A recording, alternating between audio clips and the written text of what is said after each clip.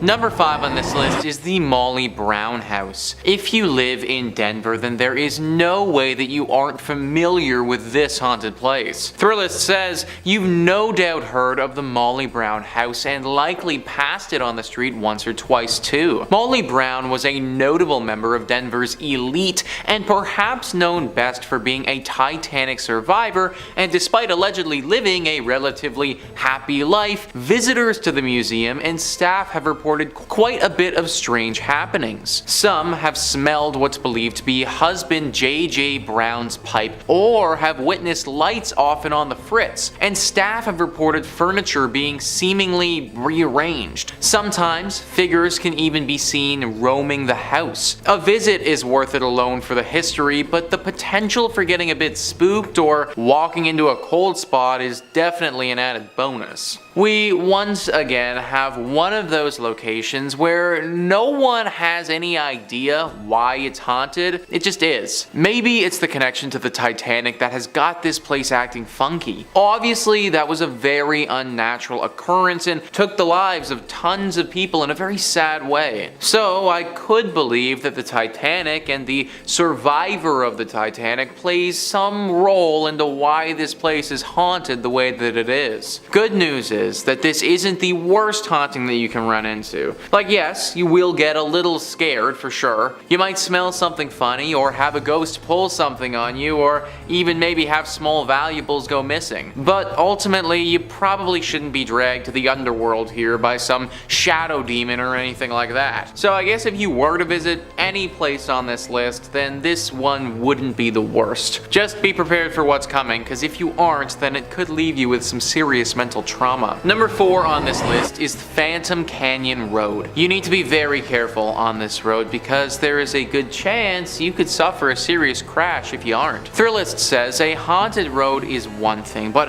a haunted road in Colorado means you're likely on the edge of a mountain and at some serious elevation. Phantom Canyon Road is a detour off the Gold Belt Tour byway connecting Cripple Creek and Florence, and was originally the railroad for that route. As you drive along, you can clearly see the ghost towns of Wilbur, Adelaide, and Glenbrook, and legend has it that the reason for Phantom Canyon's name is credited to sightings of a man wearing a prison uniform walking along the tracks in the 1890s. The man supposedly had been executed at the Colorado State Penitentiary a few days earlier. So yeah guys, you better have your wits about you, because if you don't, this ghost might come out and startle the crap out of you, and then the next thing you know, you're gonna be face deep into a tree somewhere. It also just adds to the horror ambiance that you're driving past several ghost towns along the way. Like, of course, they just had to be on the side of the road as you're also getting stalked by this ghost prisoner. No one really knows what this prisoner wants with you, but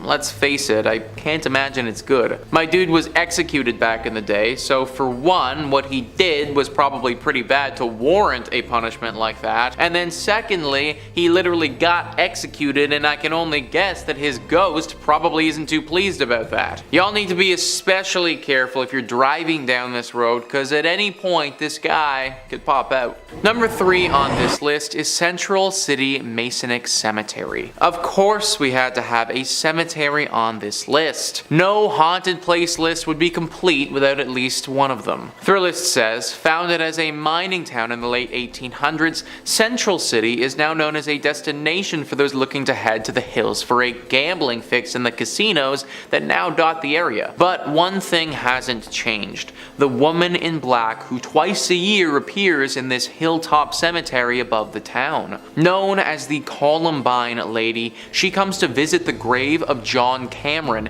a prominent former resident of Central City who died in 1884. Some believe she is his fiancée, appearing to leave flowers for her lost love on November 1st, the anniversary of Cameron's death, and April 5th, a date for which the significance remains a mystery, much like the woman herself. This place is safe to go to if, of course, you do not go during these times. She's been coming for a long time, and anyone who tried to interfere with her has had had to pay the price. Now, people kind of suspect that she was in a relationship with John Cameron, but there's also another theory. Many people think that John actually wronged her in his life, and that this woman in black comes twice a year to double check that John is still dead and hasn't come back to life by some means. Pretty scary tale for sure, one that you probably don't want to get involved with. Number 2 on this list is the Broadmoor. Located in Colorado Springs, this hotel would be freaking awesome if it wasn't so haunted. Thrillist says this sprawling 5-star hotel has a lot to offer for anyone seeking a relaxing and indulgent getaway. But along with the golf course, spa, and nearby zoo, there's one feature you won't find in any brochure. Staff and guests alike have reported the presence of a woman,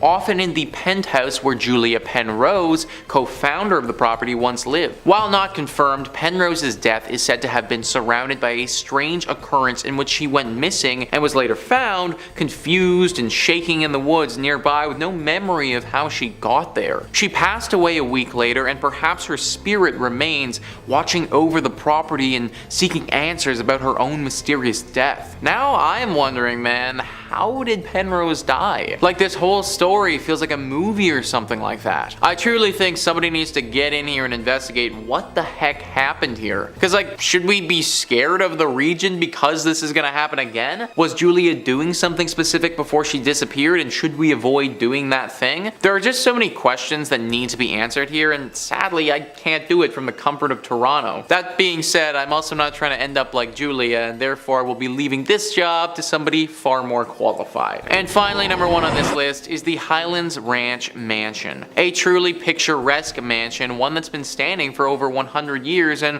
one that's home to a ghostly spirit. Thrillist says this sprawling stone mansion, built in 1891, is often rented for weddings and events due to its impressive structural beauty and picturesque prairie views. But it's also a historic property and somewhat of a museum of the times, with a bit of paranormal activity sprinkled in. The ghost of Julia Kistler, daughter of F. Kistler, who bought the property in 1926, is said to haunt the home, with visitors and staff alike reporting hearing a woman's sobs, seeing a silhouette figure moving about when the mansion was otherwise vacant, and lights sporadically turning on and off. I don't know about you guys, but during my wedding ceremony, I want to hear beautiful sounding music, not the sobs of some ghost woman thing. Apparently she's crying all the time, and this woman's emotions are not something to play with. There's a story where once several children were playing around here. There was a wedding ceremony scheduled here for later that day, and the children were off doing what kids do before the proceedings got underway. They ran into this ghost crying, and then they started to make fun of her. They were rude and definitely unkind, but they also didn't deserve what she did next. It's said that in a fit of rage, she flew inside their bodies and possessed each and every one of them for a short time, showing them things that were truly terrifying. Things that have ultimately changed those boys' lives and altered their mentality forever. Any ghost that's capable of doing something like that, that's one that I don't want to be around. And coming in at number 5, we have the Houghton Mansion. Built in the 1890s in North Adams, Massachusetts, for the mayor himself, Albert Charles Houghton. This neoclassical revival-style mansion sits on 172 Church Street. A family man, Albert was the president of Arnold Print Works, a prominent textile factory in North Adams. His wife, Cordelia, daughter Mary, and himself had owned and lived on the property right up until the fatal car accident which took the lives of the family in 1914. On an early summer morning, Albert and his family, accompanied by another family, Dr. and Mrs. Dutton and their daughter, and of course the family chauffeur himself, Mr. Witters, had decided to head out into the countryside for a leisurely drive, a drive that ultimately took their lives. Unfortunately, for everyone on that August 1st morning, after a steep turn, the car lost control and proceeded to screech off the road,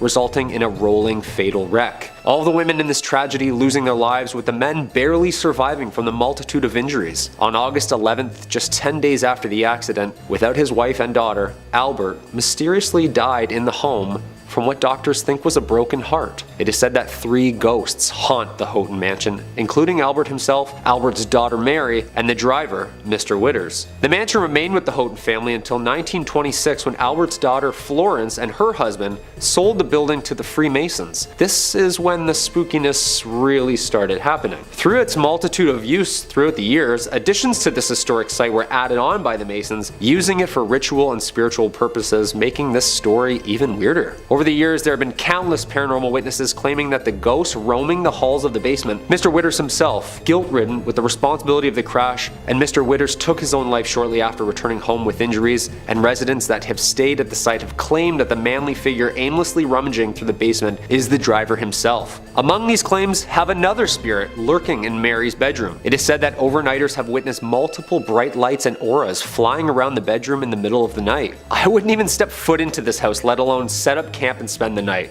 No way. The Houghton Mansion remains a tourist attraction and hotspot for paranormal goers worldwide, and to this day is one of the most haunted and mysterious sites in all of Massachusetts. Number 4.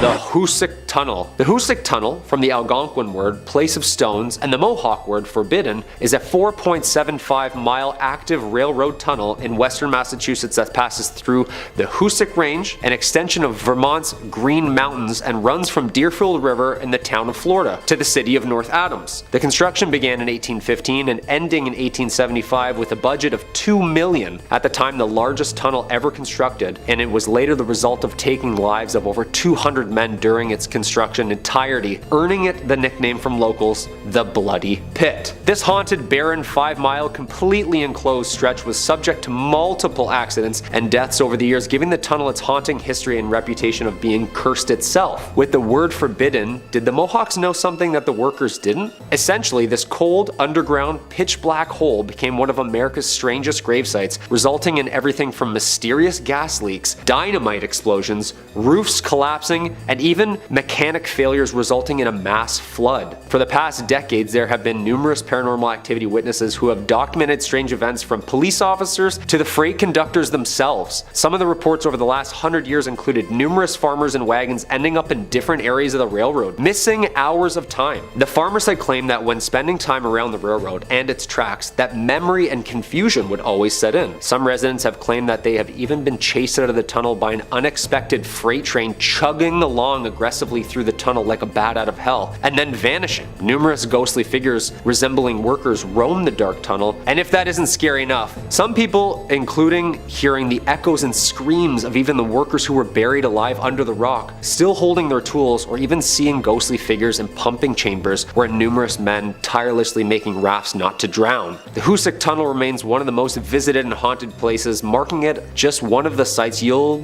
probably never find me at. Just in 2020, the tunnel was yet again subject to a mysterious collapse, resulting in months of repair. Yeah, I say stop fixing it and just let it be. Number 3. The USS Salem. Planes, trains, and automobiles. Well, almost. A big boat. The USS Salem, a heavy cruiser built for World War II in 1945, was originally built for action. Its bold, aggressive architecture was one of the last, as it was more of a bluff to its opponents than actually a hero of war. In May 1949, War Departments handed the Salem's helm to Captain J.C. Daniel himself. The ship was built and updated with what was then the latest military tech and weapons, and it was meant to strike fear in whomever or whatever was in her way. Although the ship wasn't used in any action during World War II, it acted as a flagship, training operation, and main purpose as a threat to the naval enemy. It wasn't until the USS Salem had responded to the 1953 Ionian earthquake, or also known as the Great Kefalonia earthquake, as it hit the southern Ionian islands of Greece on August 12th, devastating the entire area. The USS Salem landed on Greek shores and acted as an improvised hospital and morgue, giving it its famous name, the Sea Witch. The ship was decommissioned shortly after its rescue and lays in Boston's harbor as a tourist attraction from all of its dark history. Some of the paranormal activities that arise on the ship include the Burning Man, who smells of rank death and can be seen in the mess hall where the bodies have been stored. Another famous apparition on the ship is the Ghost Girls, who lurk the halls of the ship. Little ghostly figures can be seen and felt on the legs of tour goers. Some people claim that the ship is even home to hellhounds, an aggressive pack of ghostly creatures that roam the ship, growling and scratching at closed doors. Yeah, the next time my dog scratches at my door, she's going up for adoption. I'm sorry. Number 2, the Lizzie Borden House. This quaint bed and breakfast located at 230 2nd Street is home to one of America's most haunted and mysterious homes. The Lizzie Borden House gets its haunt from an unsolved murder of Lizzie Borden in 1892. One of the most infamous true crime figures known for her murdering of her father and stepmother with several blows to the head with a hatchet. Oof, ouch. Although acquitted, the killings remain unsolved to this day. This case earned notoriety and much that the popular local children's rhyme had been linked to this death. Lizzie Borden took an axe and gave her mother 40 whacks. When she saw what she had done, she gave her father 41. That is horrible. On August 4th, 1892, Lizzie's stepmother of 27 was struck 19 times while her father Andrew was hit 11. Although Lizzie Borden was acquitted and found not guilty, the dark history draws in crowds every night for its nightly tour of the premises. The Lizzie Borden room, the infamous room where all of the murders took place, is the most requested and most popular for paranormal overnighters. And not only can you enjoy a lovely inclusive breakfast to yourself, but the nightly house tour, ghost tour, and ghost hunt attracts fans of horror every night of the year. Yeah, that's terrifying.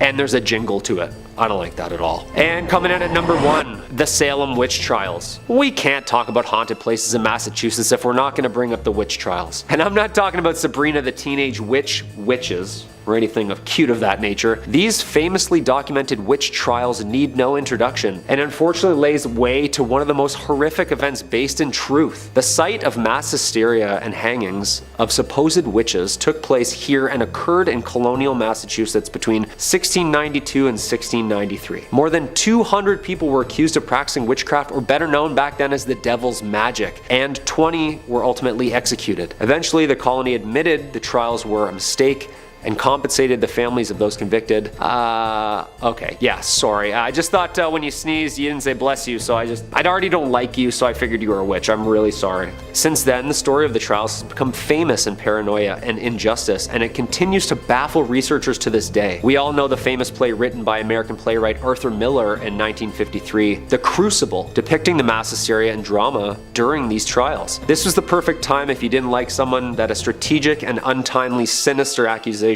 led to the demise of thy neighbor. I saw Sarah Good with the devil. I saw Goody Osborne with the devil. Who else don't I like? I saw Bridget Bishop with the devil. Abigail. End of Act 1. Since the start of the trials and hysteria in North America, other European countries shortly followed with their own mass witch hunts, resulting in somewhere between 40,000 and 60,000 tried and executed for witchcraft. That's a lot of broomsticks. The Salem Witch Trials of Salem, Massachusetts is still one of the world's biggest hotspots for mystery and paranormal story. Kicking off the list at number 5, the Mission of San Miguel, 1610. The birthplace and historic site, the original San Miguel Church was most likely built shortly after the founding of Santa Fe in 1610 and is claimed to have been the first ever church built in America. Churches are already creaky and creepy, then this is the oldest one in the States? Okay, here we go. This church was built right across the Santa Fe River in the area referred to as the Barrio de Analco, which was inhabited mainly by the native population for the past 1,000 years. The San Miguel mission was first mentioned in writing in 1628, indicating it was in use at that point as both a mission and a school. Although intended as a mission, the Spanish also used it as their parish church until the parroquia was completed. The original San Miguel church was probably much smaller than the structure present, with more of a rectangular apse, a slightly raised sanctuary, and a simple front elevation with no towers at all. The surviving foundations were excavated and closely researched by Bruce Ellis and Stanley Stubbs in 1955. Although the present building dates from 1710, it has undergone a multitude of significant structural changes since its infamous riot in which partially destroyed the building during the Pueblo Revolt of 1680. This was an uprising of mostly the indigenous Pueblo peoples against the Spanish colonizers in Santa Fe de Nuevo Mexico. The Pueblo Revolt killed around 400 Spaniards and drove the remaining 2,000 settlers out of the province, which is where the creepy stuff kinda sits around. Since its construction, there have been over 300 years of ghostly apparitions seen at these ruins. You can never really pinpoint a specific person at this location, but there are numerous sightings that have been documented over the years, ranging from ghost horses, dragging sounds, and loud bangs resembling warfare. The San Miguel Chapel still stands after 400 years due to its local, national, and international community that has supported supported its preservation and history. Everybody chipping in. I love it. Little TLC. I bet you this is also where you see ghosts on different floors that used to be there or behind walls that don't even exist anymore. Like, are they bound by these structures forever? They're just like...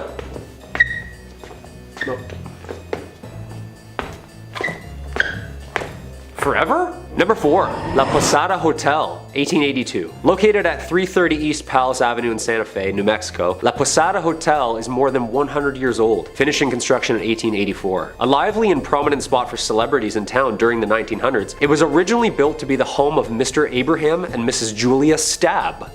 Perfect last name for the start of something scary. Stabb. A prominent businessman and German immigrant, Abraham had constructed this beautiful Grand French Second Empire estate ready to make a life working with his brother Zodak in business and eventually settling down in this historic town with the mansion acting as a social hub for both the business and celebrity events. It is said that the Stabbs have 7 children, one of which died at birth, and which in fact led Miss Stabb to a depressed self-exile state, dying at the age of only 52. The mansion was converted into a hotel in 1936, shortly after the rubble of the Depression had cleared, and it is said that Julia herself haunts the rooms of La Posada Hotel. Guests have made claims to hear voices in vacant bedrooms, lights flickering on and off, and even doors slamming in the middle of the night. Voices saying things like, "I'm in here." It's never just like casual and calm, like, "Oh yeah, just leave the door open, I'm in here, come on in." It's always a creepy whisper in here, like, "I'm in here." Too creepy. La Posada Hotel Resort and Spa still remains one of New Mexico's most haunted hotels and is active and encourages overnighters to check out the Julia Stabb package, which involves a ghostly tour, history lesson of the grounds, a lovely dinner away from the kids, and a day done right by the pool or spa. Unfortunately, I won't be taking them up on the Stabb package at any time soon. Not at all. No chance. I hear one thing in the middle of the night and I'm out, and I'm up quickly. 12 seconds flat. I'm just like... Number 3, the Old State Penitentiary, 1885. The Old State is located 15 miles south of central Santa Fe and is an active men's maximum security prison that was built in 1885. Acting as a prison system for the US, the prison saw 3 massive riots in its entirety, including 1922, 1953, and the worst and most bloody riot of all, 1980. One of the worst prison riots in American history. It's presumed to be the reason behind its haunting reputation. On February 2nd, 1980, several inmates initiated a riot which led to the inmates gaining control over the prison for a full day and a half. Unfortunately, at the time, post-70s, the prison was overcrowded, underfunded, and riddled with untrained, fresh-faced security guards with the rampant need for excess bodies due to the overgrowing inmate count. After escaping and organizing this event, the cellmates then tortured 12 prison guards and brutally murdered 33 other inmates. These riots soon became medieval in nature, gruesome, and truly evil. The most famous area for paranormal sightings can be heard and seen around cell block 4. Men here were brutally butchered, dismembered, decapitated, and some even hung up on the cells and burned alive. This section of the prison was closed in 1998 and is now referred to as Old Main. As if that history isn't dark enough, witnesses and researchers claim that there's a ton of spirits that roam this prison. Dark figures and ghostly shadows have been seen roaming the cells and halls, unexplainable slamming of cell doors, men's voices, strange noises, and even echoed screams can be heard at this location. This is why I don't even jaywalk, people. Stay a couple nights at this haunted prison looking at axe marks on the ground? Yeah, no, I'm getting my phone out right away. I know exactly who I'm gonna call. Yeah. Number 2, the Amador Hotel. Located at 251 West Amador Street at the corner of Water Street and Las Cruces, which translates to the Crosses, an area in New Mexico spanning as far back as the settled early 1800s, was thought to be an early mass gravesite for the amount of crosses present in the city. The Amador Hotel has stood serving the community in multiple ways over the years, including a courthouse, a post office, a bank, hotel, and even a county office center. Yeah, can I get 2 stamps, please? Thanks. Built in 1866, the Amador Hotel is a popular Las Cruces ghost tour, and some of the rooms were even used as jail cells. Hey, you're grounded for 15 years to life, I don't know. The courthouse was completed in 1885. Amador added another story to the remaining structure, and Amador Hall became a community center where people conversed in drinking and in storytelling. During tours, guests have reported seeing shadowy figures lurking in the hallways, numerous cold spots, flashlights turning on and off by themselves, and having their arms even touched or scratched. Oh yeah, that's it. Just a little to the left. That's perfect. Some even say it's the work of a little ghost girl named Annie, who frequently visits the room on the second floor, giggling. Like, giggling is great and all until like a 200-year-old spirit giggles right in your face. Like, what is still funny? This is terrifying. Joke must have been that good. Little ghost girls? Yeah, that's the scariest ghosts imaginable.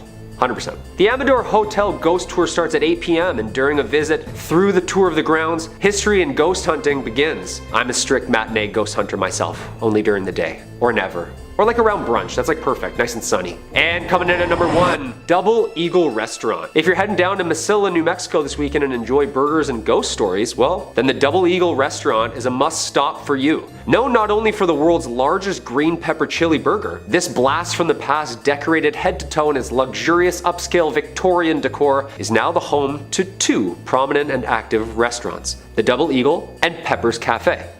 Alright, here we go, let's dive in. Possibly the world's most haunted restaurants, originally owned by the Mace family, owning one of the leading and most lucrative import-export businesses in Santa Fe, was Senor and Senora Mace. Senora Mace expected only the best for her eldest son, Armando. Mothers and their sons, right? Always imaginarily wiping something off their faces. Come here, there's more. There is grim history here, involving 2 forbidden star-crossed lovers and a pair of sewing scissors. Thank you. The Double Eagle Restaurant is not only home for great food, beautifully handcrafted cocktails, but also home to a double homicide gruesome murder, in which these victims' souls would seem to be trapped within these walls forever. Armando, son and heir to his parents' business, falling head over heels in love with the family's household servant named Enos. Although Enos reciprocated such feelings about Armando, their relationship had to remain a secret due to Armando's mother's strict ordinance and the difference in the teenager's social and political positions. When Senora Mace discovered this relationship, she demanded that it end at once and banished Enos from her home indefinitely. It is said that one day Senora Mace came home, and unexpectedly interrupting the lovers, mid-swoon, entranced by their love as she grabbed her sewing scissors from the basket on the patio and attacked Enos, stabbing and killing her. As she prepared to strike again, Armando, her son, threw his body in front of Enos and was stabbed instead. Yeah, that's some Romeo and Juliet stuff there, people. The murders were held in the famous Carlotta Salon Room, which can be visited at any time. A heavily requested stop where spooky-goers can see a newspaper article titled Young Lover Ghosts on display, as well as an array of pictures taken of the young ghost lovers together over the years. That's terrifying! Here's the room, here's what happened, here's some proof. That's all I need to know. I've made my mind up. For never was a story of more woe than this of Enos and her Armando. And I tried to end on somewhat of a happy note. Love lasts forever, and that's what I'm taking from this. Number 5 on this list is the Zach Bagans Haunted Museum. Most haunted museums, or anything like that, are all kind of phony and corny. This one though, this isn't for the faint of heart. Thrillist says when Zach Bagans opened the Haunted Museum in Las Vegas, he did his homework and picked the creepiest place possible. The attraction is inside an old Victorian home that dates back to 1938. It was owned by a family haunted by a child who died due to surgical complications. Later, when the home was vacant, intruders broke in and held satanic rituals in the basement. Adult actress Jenna Jameson actually grew up in the house and swears the stories are true, but doesn't like to talk about it too much. Today, you can take a guided tour of the Haunted Museum, frequently used as a filming location for Bagans' ghost adventures on the Travel Channel and Discovery Plus. The museum packs a lot into one visit with more than 30 rooms. Things start off relatively tame with a look at spooky artifacts and a gambling parlor and a closet full of creepy dolls. But the pace picks up with exhibits dedicated to notorious serial killers, an up-close look at a Volkswagen van used as a death machine by Jack Kevorkian, and a haunted hallway of killer clowns. It's best not to give away too many spoilers, but at one point you'll face an item described as the most haunted object in the whole world. You will even get to explore the basement at some point, which many people believe to still be extremely haunted. You gotta wonder why the heck so many horrible things happened here. Haunted child, satanic rituals, other questionable things that have probably not been leaked to the public. I guess it makes sense to have a haunted museum here, but obviously bringing in all of these other haunted items has just further promoted paranormal energy, and now this is clearly a hotspot for spirits and ghosts alike. Only go to this museum if you can handle a good scare. Number 4 on this list is Rhyolite Ghost Town. This abandoned town is full of scary spirits, ghouls, and maybe a lot more. Thrillist says, take a short road trip out of Las Vegas and spend the afternoon exploring the ruins of Rhyolite, one of the most compelling ghost towns in the country. A hub of mining activity during the gold rush, the town was quickly abandoned when the boom went bust following the Panic of 1907. Wander around and you'll see the scattered remains of a bank, jail, and train depot.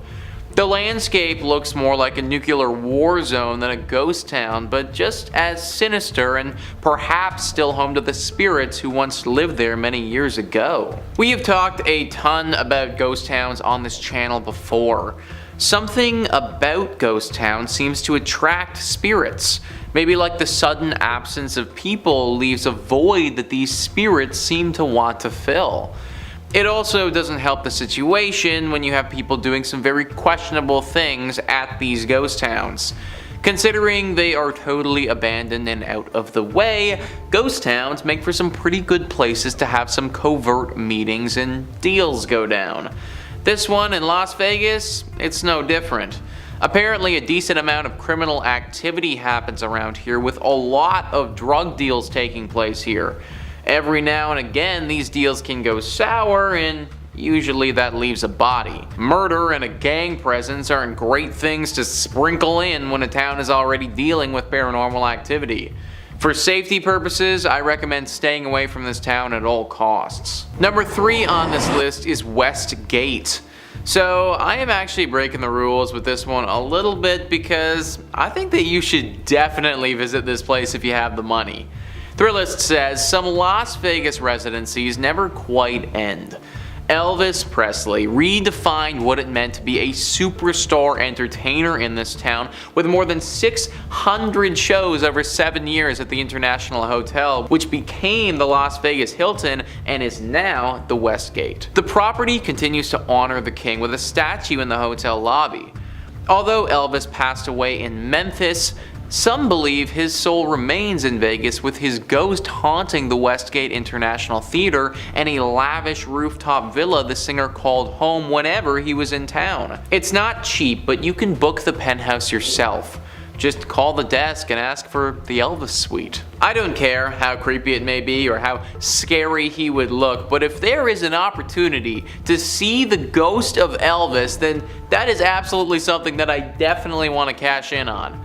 Imagine you pull up to your hotel room after a night of drinking, and then you get to have a late night conversation with one of the greatest rock stars of all time ever. I don't think that Elvis would be the type of dude to hurt you or anything like that, even in ghost form. So as long as it's safe to do so, count me the heck in, dude. I want to go to Vegas and party with the ghost of Elvis. Number 2 on this list is Las Vegas Academy of the Arts. As somebody who graduated university for acting, and art school being haunted is just a tad bit triggering. Thrillist says the Las Vegas Academy of the Arts is a magnet school that specializes in music, theater, and other fine arts. Yet its legacy dates back to 1931, when it was known simply as Las Vegas High School, the first official high school in Las Vegas. The site has seen its share of renovations over the years, although 2 of its 3 original buildings remain on campus with their sturdy brick exteriors still in place. Generations of students have swapped stories about Mr. Petrie, a ghost that roams the hallways and haunts the school's theater. Some claim to hear strange noises or feel a chill, especially when rehearsals carry over to evening hours. So, who is Mr. Petrie? Some believe he was a former teacher. Others claim he owned a home that previously stood on the site of the school and burned down in a mysterious fire. Nobody knows for sure. All everyone does know is that Mr. Petrie is a menace. Let me tell you folks, acting is hard enough as it is without some creepy ghost causing problems for you mid-monologue. And apparently he likes to do that all the time. Many shows and performances have been ruined by Mr. Petrie, and the worst part about it is that he will only show himself to one person at a time sometimes. So the lead actor will be out there doing Hamlet and then all of a sudden see a ghost in front of him causing problems. The actor will naturally freak out and lose their mind, but no one else will see the ghost. They'll just see the actor on stage losing it, which kind of makes the actor look like a bumbling idiot, but really they're getting attacked by some ghost. Try a different art school if you're looking for an artistic education. Number 1 on this list is Bally's. If Trivago or any other site like that tries to recommend you stay at Bally's, don't fall for it, guys. Thrillist says the worst fire in Nevada history tore through the old MGM Grand Hotel on November 21st, 1980.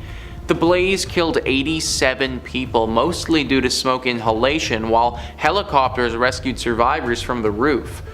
The property was eventually sold and renamed Bally's, while a new version of the MGM Grand reopened a few blocks south on the Strip. The tower engulfed in the fire is still part of the hotel, and guests sometimes claim to see unusual shadows in hallways, hear strange noises, and notice furniture that mysteriously moves in the rooms, especially on higher floors that saw the worst of the flames. Many believe the strange activity is caused by the spirits of those who didn't survive the tragedy. 87 people dying in a tragedy like that is always going to leave something terrible behind, and that's what we have here. 87 spirits are now restlessly floating around in purgatory at this place. They tried to remodel and change the name and forget everything that happened, but an incident like that cannot be forgotten. The people who died and their spirits, they can't be forgotten.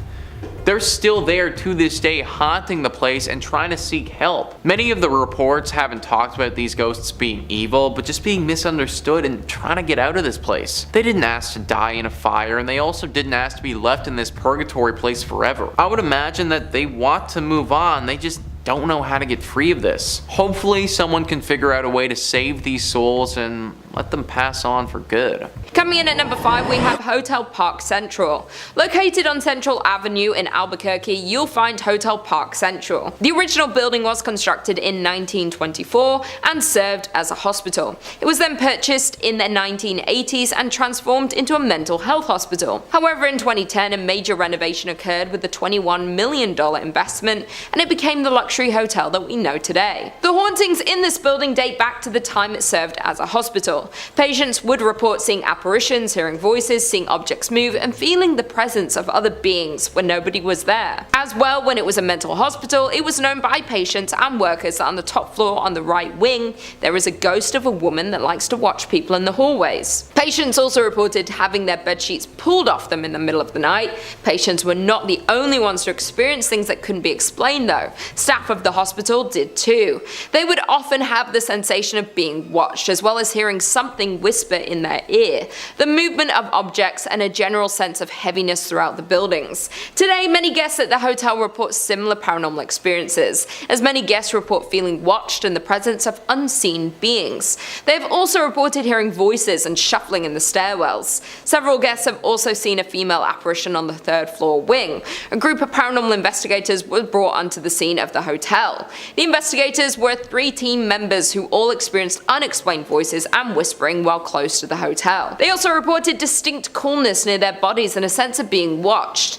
After reviewing their evidence, some of these experiences were captured on digital voice recorders. They also carried out the flashlight technique, an attempt at communication with the spirit that involves the answering of questions through the turning on and off of the flashlight. This was a success, with several responses captured on video. In at number 4, we have the St. James Hotel. Built in 1972 by Henry Lambert, the St. James Hotel was established. Found in Cimarron, New Mexico, the hotel is known to be one of the most haunted places in America. The St. James Hotel is said to remain host to several restless spirits. Both the owners and the hotel guests will tell you that many unexplained events haunt it. Several psychics have visited the hotel and specifically identified 3 spirits and many others who passed through to relive their experiences. The hotel's 2nd floor is the most active, with stories of cold spots and the smell of cigar smoke lingering in the halls. A prior manager commented about the spirits that linger linger in the hotel and said, "You never see them, but you do feel and hear them." Another report from a former owner states that she walked into the dining room and saw a pleasant-looking cowboy standing behind her in the mirror on the front of the bar. The spiritual activity of the hotel has been featured on the popular television show Unsolved Mysteries and A Current Affair. Room 18 at the hotel is kept locked because it houses the ghost of an ill-tempered Thomas James Wright,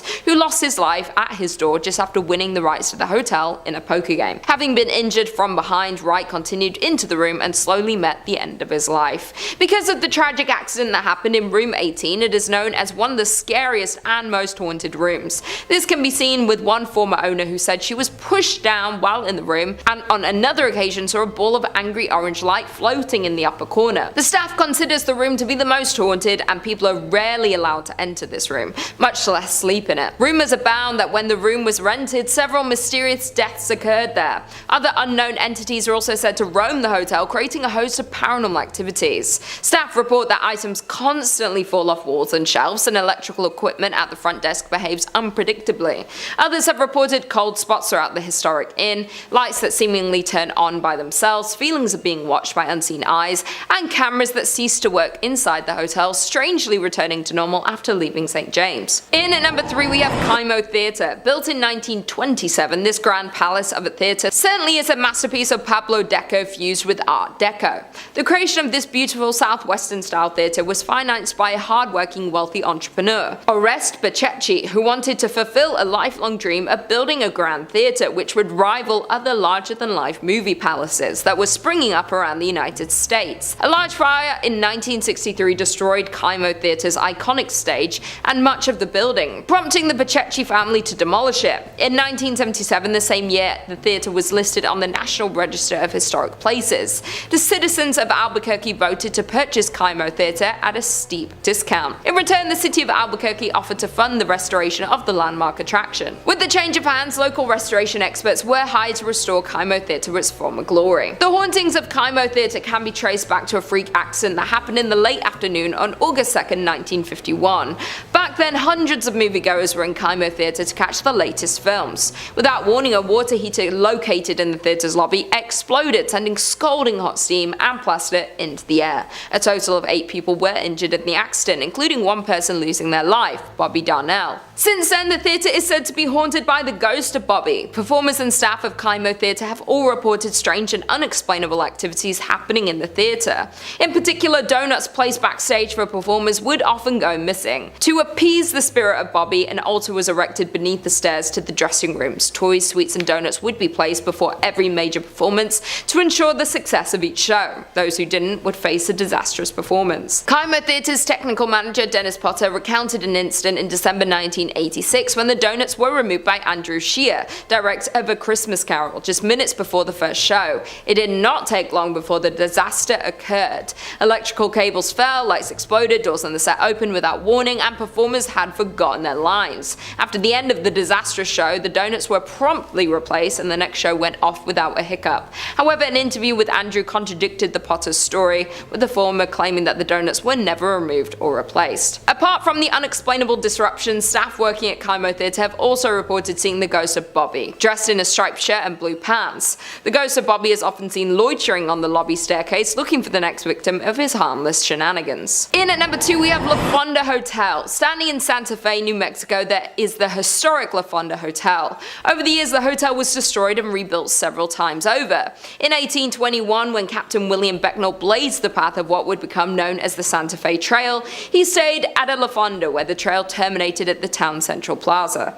As more and more pioneers traveled the Santa Fe Trail, the La Fonda became a popular destination for trappers, traders, mountain men, soldiers, politicians, and the like. The current La Fonda was built in 1922 on the site of the previous inns. In 1925, it was acquired by the Atchison, Topeka Santa Fe Railroad, which leased it to Fred Harvey. For more than 40 years, from 1926 to 1968, La Fonda was one of the famous Harvey houses, a renowned chain of fine hotels. Today, the La Fonda Hotel is said to host not only travelers visiting Santa Fe, but also several ghosts. Some people believe that the Honorable Judge Slough continues to walk its hallways. However, more often reported is the ghost of the distraught salesman who jumped into the well after losing all of his company's money. The hotel's dining room, called the La Plazuela, is situated directly over the old well, and both guests guests and staff alike have reported the sight of a ghostly figure that walks to the center of the room, then seemingly jumps into the floor and disappears. Other reported phenomena include a ghost that haunts the Santa Fe room, as well as a spirit that walks the hallways near the La Terraza, a restaurant located on the east side of the hotel's third floor. In the 1970s, a ghost reportedly called the front desk to complain that someone was walking up and down the hallway in front of his room. When an employee was sent to investigate, he saw a tall man in a long black coat disappear into a stairwell.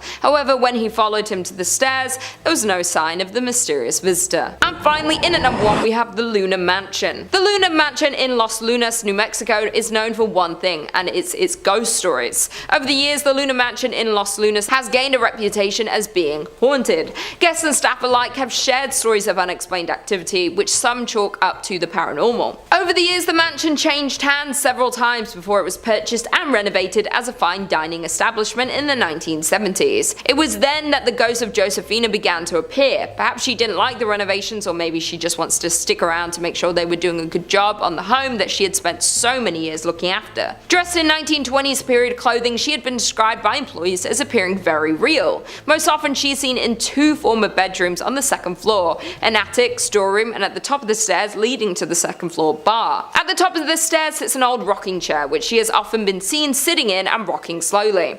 On one occasion, when an employee approached the ghost, she simply stood up and then slowly vanished. More often she is seen walking up and down the stairs, a habit that has been so commonplace that employees barely notice anymore. Where there's one spirit, others seem to follow, and more ghostly apparitions have been seen at the mansion. One of these is a former servant named Cruz, who was thought to have been a groundskeeper. Most often seen on the main level, he is said to be particularly friendly to women and children and likes to play practical jokes on the employees and patrons. On one occasion, he was seen sitting on a sofa as if waiting to be served. Dressed in vintage attire, the man was relaxing patiently when a waitress asked another staff member why he hadn't been served. However, the response was, "What man?" And when the waitress looked back to the sofa, the vintage spirit faded away. Number 5 on this list is the Hay Adams Hotel. This hotel is located in Washington, D.C. and has quite the history to it. USA Today writes, quite possibly the most famous hotel in the capital, the Hay Adams has hosted many a politician,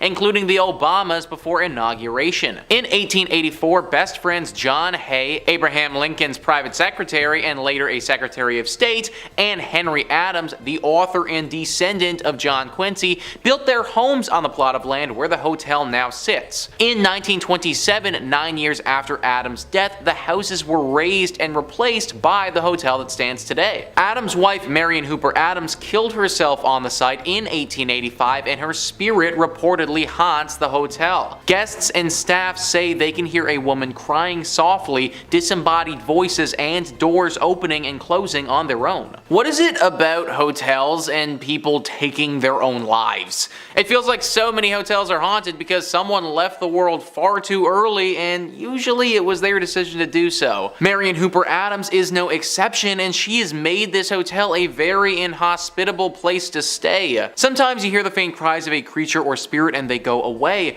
but apparently her spirit absolutely wails. All the time there are screams and crying heard. In fact, it's so repetitive that it gets less scary and more of an annoyance than anything else. People literally just can't sleep at night because they're constantly listening to her crying over how her life ended. It's also a nuisance when they find things missing all the time. Marion likes to move things and steal items. Oftentimes, the valuables of these people are gone if they leave the hotel for an extended period of time and then come back. Now, maybe this part of the legend is actually just one of the hotel workers stealing stuff and blaming it on her, but either way, things will go missing if you stay here.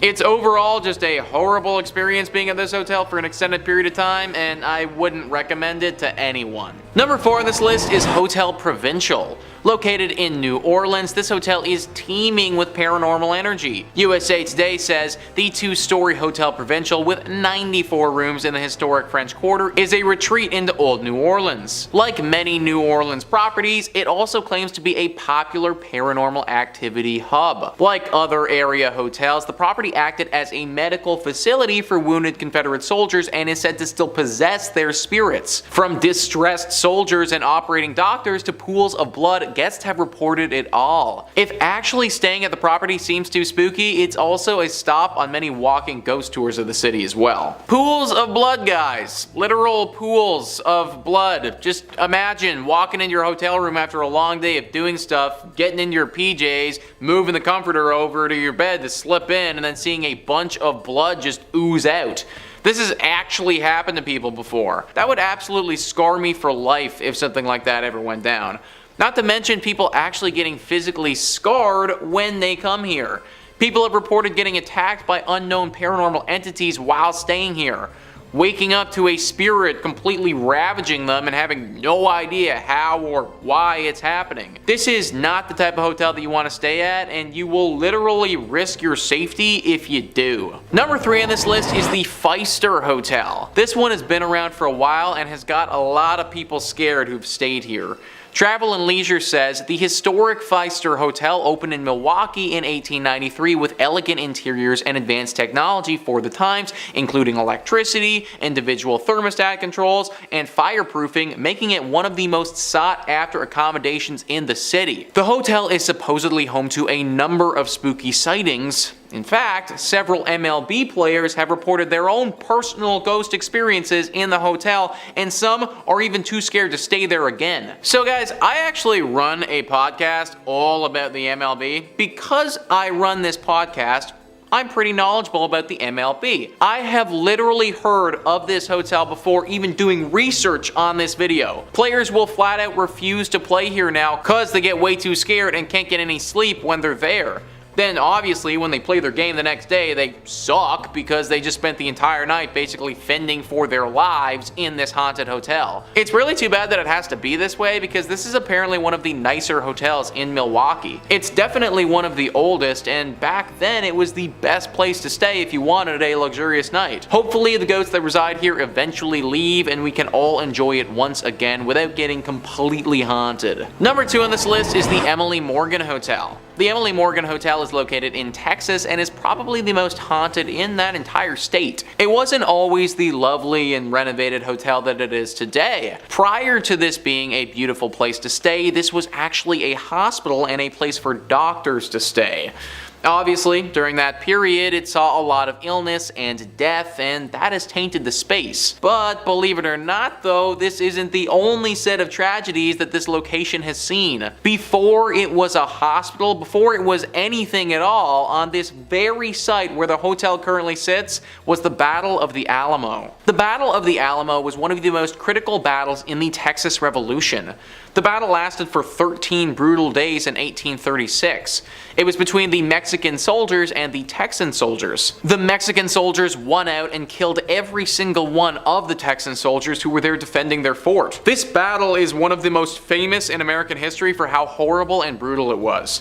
It's no wonder that the land here is haunted and will infect basically anything that's built here. It also doesn't help when the hotel used to be a hospital which saw its fair share of horrible things too. Nowadays, this hotel has a whole cast of paranormal characters. Soldiers from back in the day have been spotted roaming around the halls, and patients and doctors as well. There have even been a few occasions where people have reported having visions of being on the battlefield as if they were transported there. Definitely not the spot to be staying on your vacay to Texas. And finally, number 1 on this list is La Fonda on the Plaza. This is a hotel located in New Mexico that has been host to plenty of tragedies. Travel and Leisure says this beautiful Santa Fe, New Mexico hotel has an incredibly rich history.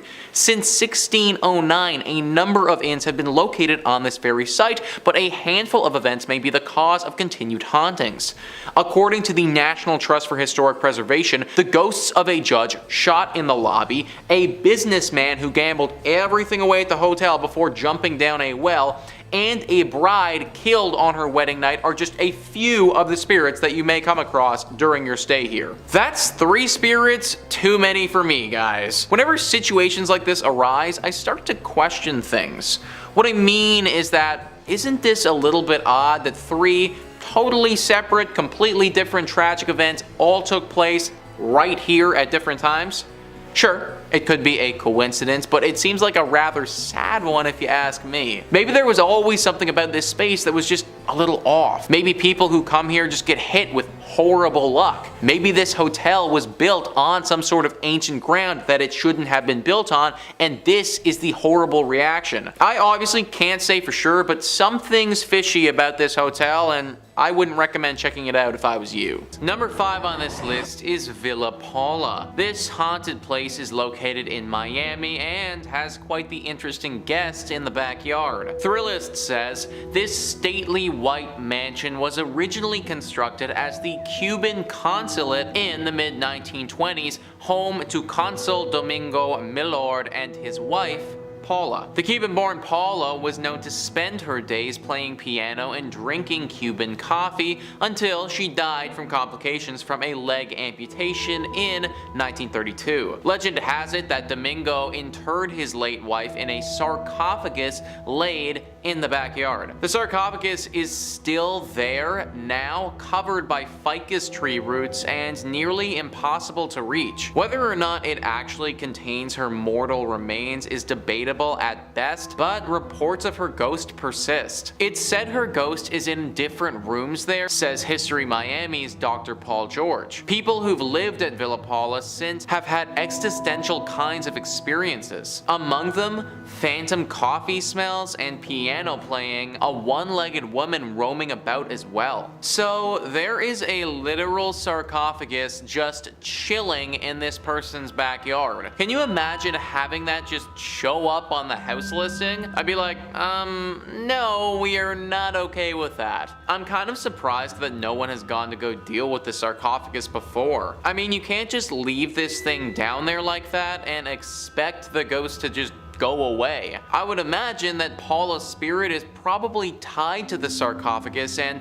in turn it's tied to the area. Granted, I do kind of understand why no one wants to dig it up. Think about all the crazy stuff that's happened with the pyramids. You dig up this sarcophagus and you might end up being cursed for life, which is obviously something that nobody wants. But now we're left in this awkward place where we can't get rid of the ghost, but at the same time can't live here either. That's why I'm recommending to all of you watching, just avoid Villa Paula altogether. Number 4 on this list is the Blue Anchor Pub. So this is an interesting one because this pub didn't actually start in Florida. Thrillist says this pub was built in 1840s London during Jack the Ripper times, so it should be no surprise that it's haunted. The story goes that the bar was raised in London, but its wooden interiors were sent to New York City and then onto this sleepy Florida town in 1996. Little did anyone know that the pub's original elements came with the ghost of Bertha Starkley,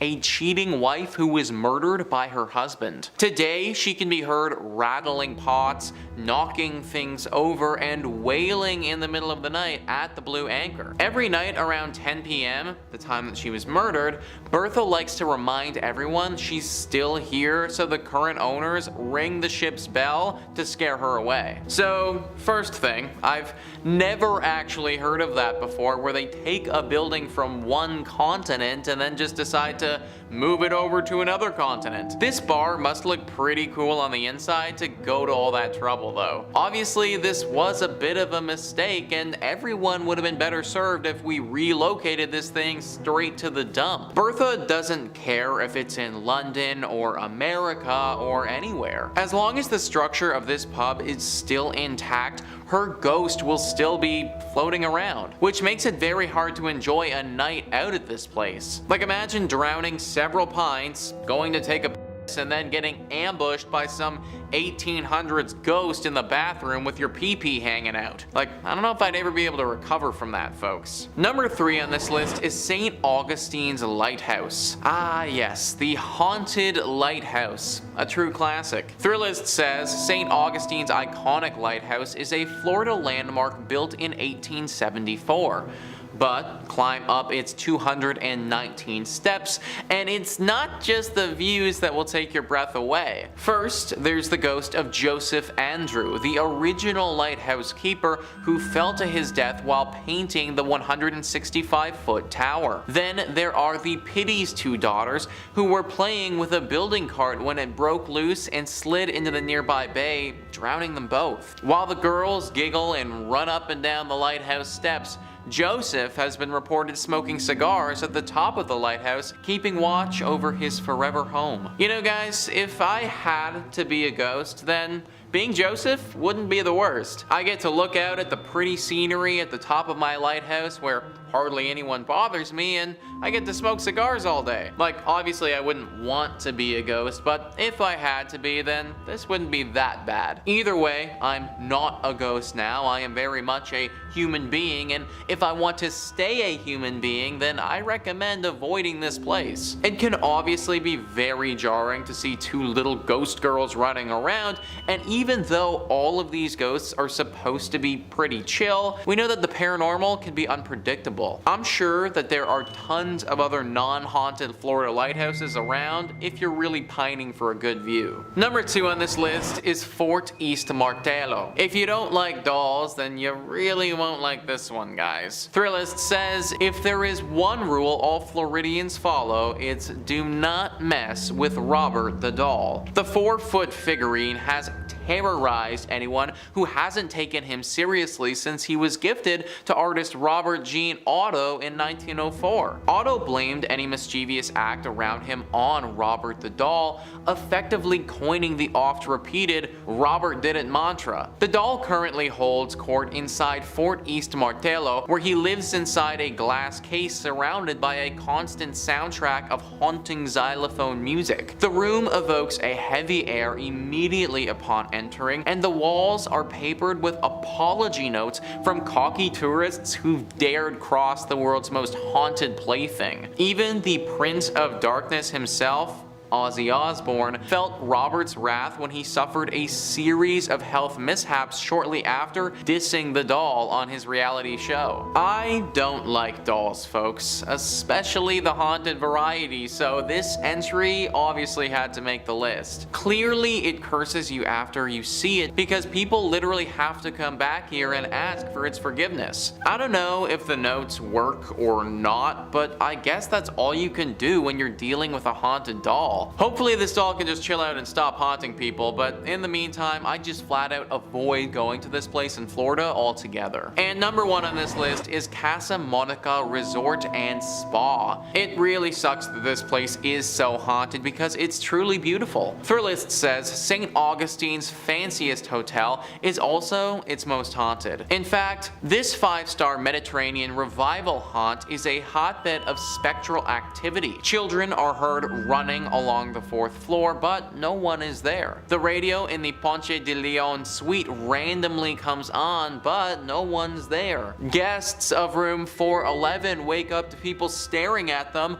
but no one's there. But it's the 3-story Flagler suite high in the tower that's most haunted. Maids have seen a child's handprint appear on the 1st floor bathroom mirror, and after knocking, one heard a man say, "We've been expecting you," from an empty bedroom. Its spookiest claim to fame, however, is the male ghost staring out of the top tower window. He's believed to be the ghost of one of 2 people, either Franklin Smith, the architect who built the hotel, or Henry Flagler, the man who purchased it. I personally don't care if it's the architect, the man who purchased it, or God. Anyone who says, "I've been waiting for you as I enter an empty bedroom," it's not the type of individual I want to be around. Also, where are these children coming from and what are those sounds? Okay, so you want to tell me a scary story where the architect of the building fell in love with his work and then when he died, his ghost stayed here.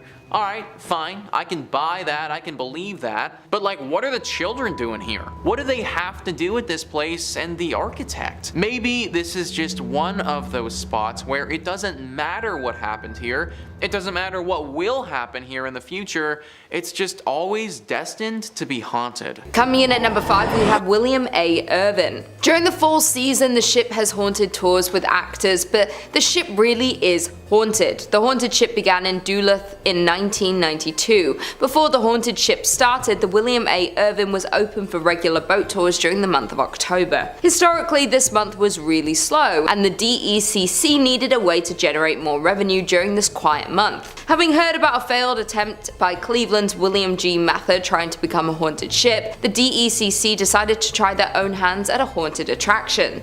The William A. Irvin partnered up with UMD to give the school's drama department some experience on production and acting. Needless to say, their attempt was a huge success. More than 2 decades later, the haunted ship is the peak of the Irvin's yearly business. The most common sighting that employees relate is that a lady in white has been seen walking around the ship, noticeably. She is usually up on deck and is dressed in period clothing. Nobody has ever been able to identify who she is or why she is tied to the vessel. There is also said to be a former captain who is still overseeing his ship. He is most often seen in the captain's chair and is said to be angry that the ship remains in dock and is no longer seaworthy. There are another 2 men haunting the ship. One sticks to the front of the ship and apparently does not understand what has happened to him, while the other sticks to the rear of the ship and has confirmed that he died after falling from a ladder. The family of the second man has come forward and said the story surrounding his death was always suspicious and they were denied a claim to his pension. In at number 4, we have Enga Tower. The 82-year-old watchtower can be found right in the middle of Enga Park. The tower was built in 1939 and looks over the Duluth Harbor, being known as one of the most well-known haunted places in Minnesota, and for good reason. The tower is 531 feet above Lake Superior and is built of bluestone from local sources. Enga Tower was first dedicated by Crown Prince Olav and Crown Princess Martha of Norway on June 15th. It was built as a tribute to businessman Bert Enger, who passed away in 1931. The dedication was in honor of Bert Enger, a native of Norway who came to this country and became a successful furniture dealer. At the time of his death, Mr. Enger donated 2/3 of his estate to the city of Duluth. This included the land known as Enger Hill, which along with Enga Tower is also the home of Enga Park and Enga Golf Course. The tower can be seen almost anywhere throughout the city and has since been restored. There is a local legend that a man took his own life in 1948 by jumping off the 5th level of Enga Tower. They say his body has been found hours later but was never identified. That being said, there are numerous ghost stories of visitors seeing a man on the 5th floor of the tower before entering,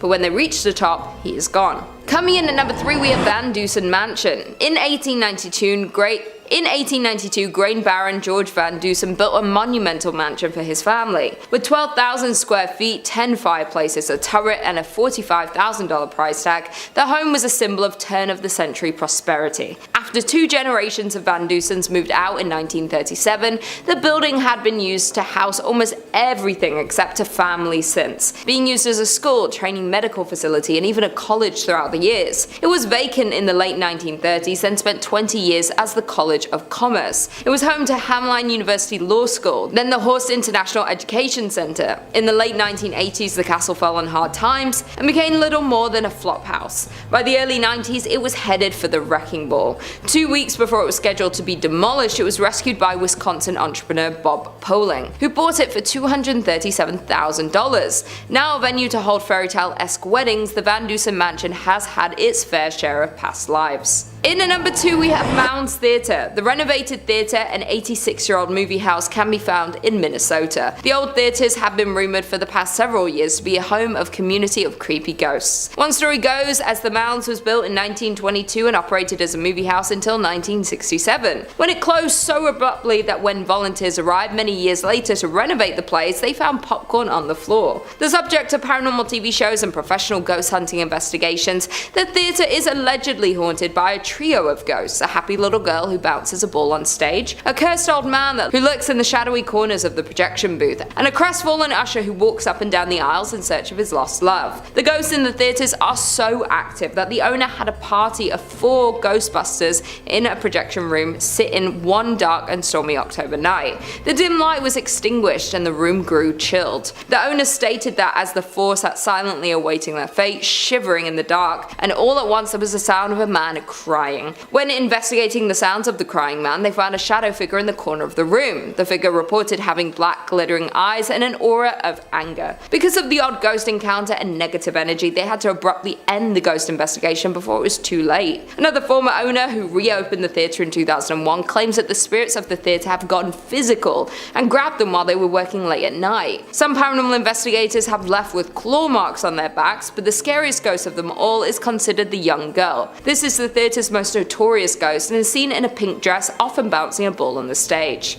And finally, in at number 1 we have Anoka State Hospital. Located in Anoka town is the Anoka State Hospital, which is arguably the most haunted place in Minnesota. The Anoka Hospital was the first state asylum for individuals that were deemed insane. The building was established in 1898 and opened in 1900 to admit patients from other state asylums that had become too crowded. The first 100 patients were males from St. Peter's State Hospital and were considered to be chronic incurables, men who had lost their minds due to heredity, causes, or environment. In 1906, 115 women were also transferred to the asylum from St. Peter's State Hospital. Residents were not to receive any type of treatment at this asylum, as this was the final stop for them until they passed away. And passed they did. A total of 86 of the original patients were buried in numbered graves in the asylum cemetery. The original name of the institution was Anoka State Asylum, but in an attempt to soften the image, they changed its name in 1937 to the Anoka State Hospital. Although the name was kinder and gentler, treatment at the facility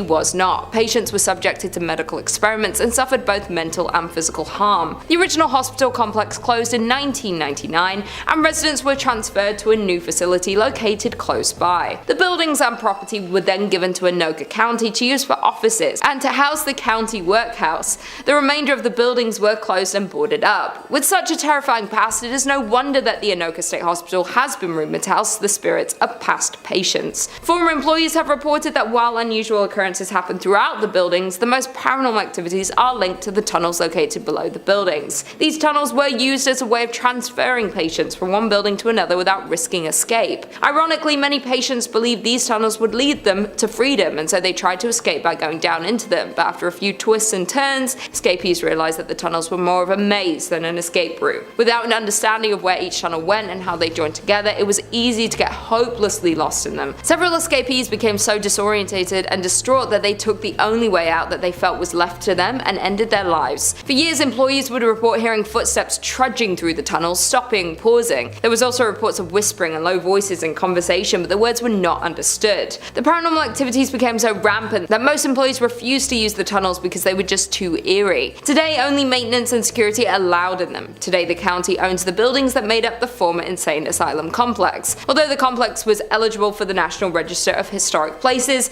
it appears that time has passed. The current buildings are in a state of extreme disrepair. In at number 5 we have Palmer House Hotel. This hotel is not only considered the most haunted place in Minnesota, but to some it's considered the most haunted place in America. Located in Sauk Center, the hotel has been visited by paranormal activity investigators from across the country. Recently, the ghost hunter from the Travel Channel, Ghost Adventures, even investigated the hotel. A brothel that went by the name of the Sauk Center House occupied the current grounds of the Palmer Hotel, but the Sauk Center House burned down in 1900, and the Palmer was built in its place the following year. The Palmer Hotel was established in 1901 and is notorious for its permanent ghost residence. The most reported ghost in the hotel is named Lucy, who resides in room 17. Legend has it that Lucy was an adult worker that frequented the past building of the Sauk Center House. Though Lucy endured a terrible accident of losing her life at the hands of one of her clients. Even though this happened in the building, the Palmer Hotel can't seem to get rid of the spirit of Lucy. The ghost of Lucy is said to dislike men by slamming the room door of male guests. Some reports her slamming the room door so hard it rattles the artwork on the wall and aggressively drops the temperature. During a recent investigation, a Chicago ghost hunting outfit allegedly recorded a temperature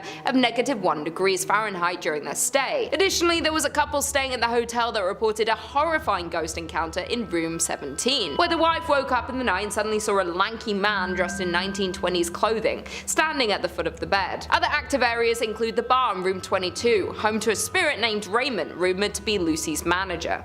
One employee of the Palmer House Hotel has confessed that their favorite paranormal experience is when guests complain about how noisy the people above them are, even though they are on the top floor. The ghost encounters and paranormal activity is so frequent at the Palmer Hotel that the current owner, Kelly Freezer, didn't believe in ghosts, but this changed when she became the owner of the hotel. In at number 4 we have the Soap Factory. The Soap Factory was at its peak during the soap boom of the 1880s, though now the factory has been left abandoned. The Soap Factory is one of the oldest factories in Minneapolis. While the process of making soap required lots of fats, lie in extremely hot temperatures, therefore it wasn't the most glorious or safest workplace in its day. Furthermore, the fats came from animal carcasses, thousands of them. The flow of blood and skin leaked into the Great River next door in the turn of the century. The building's smell of flesh made it a hot spot for stray dogs that the city paid to be rounded up and sent to the end of their life. If that's not creepy enough, there are legends regarding malpractice taking place at the factory, with animal fats from local restaurants taken to be made into soap. And there were also rumors of child labor at the factory, but whatever you choose to believe, there is no denying that the site contains negative energy. Now the basement of the abandoned factory is used for haunted tours.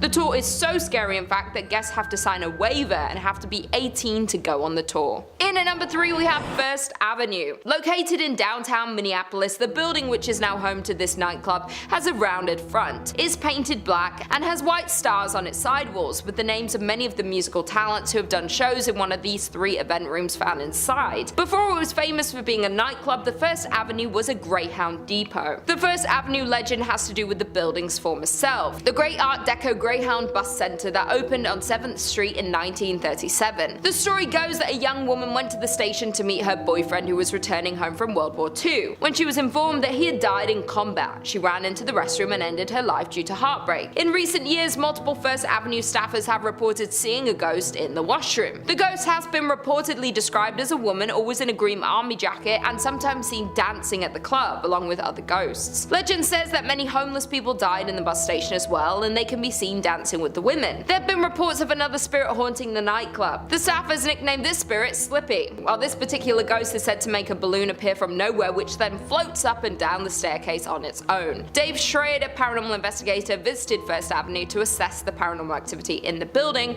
multiple times and has concluded that the building is indeed haunted by many spirits, indicating that the record room is the most active area of the site. While DJs that have played at the venue have reported frequently hearing strange noises through their headphones such as growls, voices and screams, other performers report their equipment being pushed off stage with no explanation. In at number 2 we have Schmidt Brewery. Schmidt Brewery became the largest in Minnesota by 1860, producing 1,200 barrels annually and shipping them as far south as Tennessee. It was restructured as the St. Paul Brewing Company in 1898 before being sold to Jacob Schmidt soon after in 1900. Since its opening in 1884, many ghost hunters have visited the Schmidt Brewery to experience some of the many rumored paranormal activities. The brewery has been the site of many constant unexplainable instances, from fires to people losing their lives to terrible accidents. This place has seen a lot of scary sights. While the victims of these events linger around to haunt the grounds of the brewery, even though the building is now used as an artist's loft, that doesn't take away the scary history of the Schmidt Brewery. While most of the ghosts that haunt the grounds of the old brewery have to do with ordinary brewery workers dying in terrible accidents, in 1896 2 workers lost their lives in an explosion. Furthermore, in 1902 a worker fell down an unmarked elevator shaft. Additionally, in 1904 Matthew Kohler, a worker whose job was to light gas lamps in the brewery, lost his life from inhaling flames. Schmidt Brewery has been a St. Paul haunt since 1855 for more than a couple of reasons, when owner Jacob Schmidt took down the original North Star Brewery sign,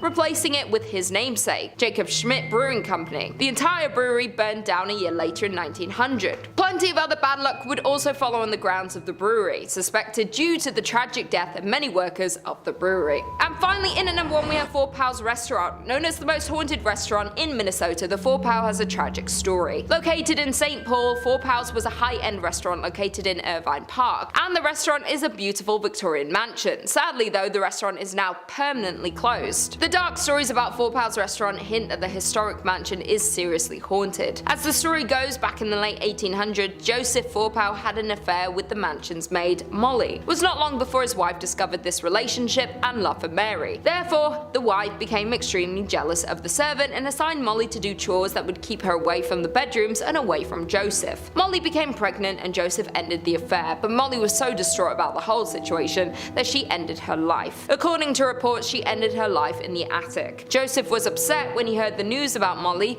that he figured he could not stay in the house where his beloved died. One day he went out for a walk and ended his life as well. Since then, restaurant guests and employees have reported creepy sightings of a woman dressed in 1800s attire, lights turning off and on by themselves, and strange noises coming from the attic. In one case, the disturbances were so chaotic that it led to an investigation by the St. Paul police, whose canine dog refused to enter the attic. It is said that Joseph and Molly both haunt Four Pals, but many guests have said Molly is more active spirit. People say they have seen the two walking around the dining area, but Molly bangs on walls and smashes glasses. Some people say they can smell her lavender perfume. That being said, Mr. Four Pal is also sometimes seen, and his ghost has been reported wearing a dark waistcoat, silk vest, pinstripe trousers, and a derby hat. He can be seen going to the basement, at which time the lights flicker and shuffling noises are heard. He roams the house and has been caught on film many times. The former staff of the restaurant have also reported on many occasions when they would go floor by floor turning off lights as they closed down for the night. Then when the staff members get in their cars to leave, they'll notice the top floor light is on. Nevertheless, if the restaurant is haunted, the story of Mr. Four Pal and Molly is one of the most devastating to date. Kicking off the list at number 5, the Landmark Inn. Located in the Upper Peninsula of Michigan, right around Lake Superior, you'll find the Landmark Inn. Yeah, nice and cute and cozy. Come on in, take your coat off, stay a while. This fancy hotel was originally built in 1930 as a luxury accommodation for wealthy business owners from all around the United States. Sounds like a good time. Let's gather, let's talk shop around candles. These business owners would visit the Landmark to check on their business interests, all that good stuff. Though for its 100 years being open to guests, the hotel has had multiple reports of, you guessed it, ghosts and paranormal activity. It's so common at the Landmark Inn that the ghost hunters and paranormal investigators, they make trips out to the hotel quite often just to check in and be like, hey, how's it going? And they put on their gadgets and they just check in on them. They can rely on them. The hotel's 6th floor is home to one of the saddest stories the hotel has ever seen. This story takes place in the 1930s when the hotel was a new, lively social and cultural center in town. The story revolves around a ship worker who fell in love with a local librarian and conducted their love affair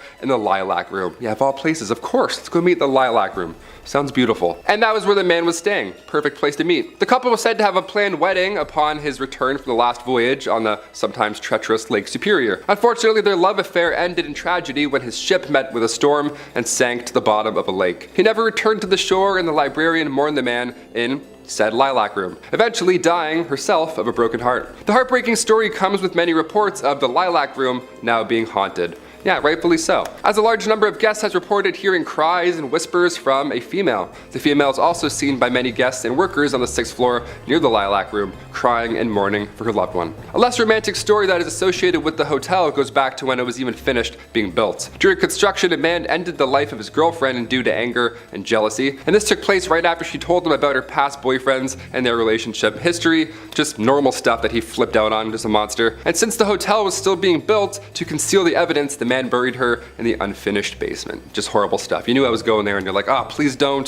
To this day, decades later, visitors and employees report hearing cries from that basement, and some report hearing whispers from a female voice asking for them to find her body. I just got goosebumps. That's real goosebumps. No matter how much time goes by, these two women, heartbroken for different reasons, still haunt said hotel today. Number 4, Michigan Bell Telephone Building. The Bell Telephone Building can be found in downtown Grand Rapids. It's known from the legend that the building is haunted by 2 ghosts. It's always 2, eh? Always gotta have pairs.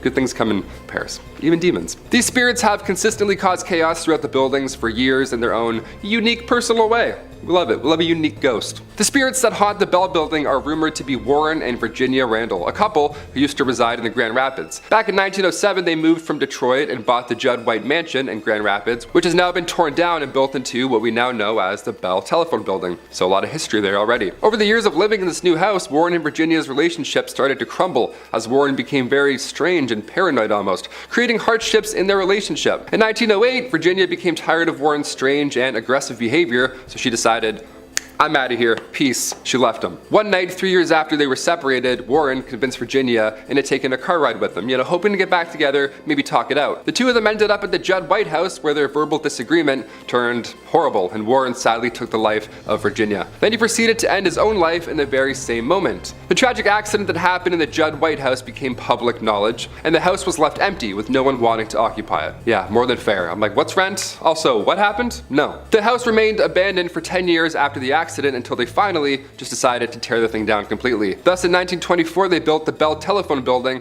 on the ground, which still is in operation today. Yeah, they didn't tear that one down. That one's still going strong. Due to the horrifying scenes that happened on the grounds of the Bell Building, many claim that the spirits of Randall and Virginia still remain, haunting the new building. Some say that ghosts move into the new building and remain there to this day.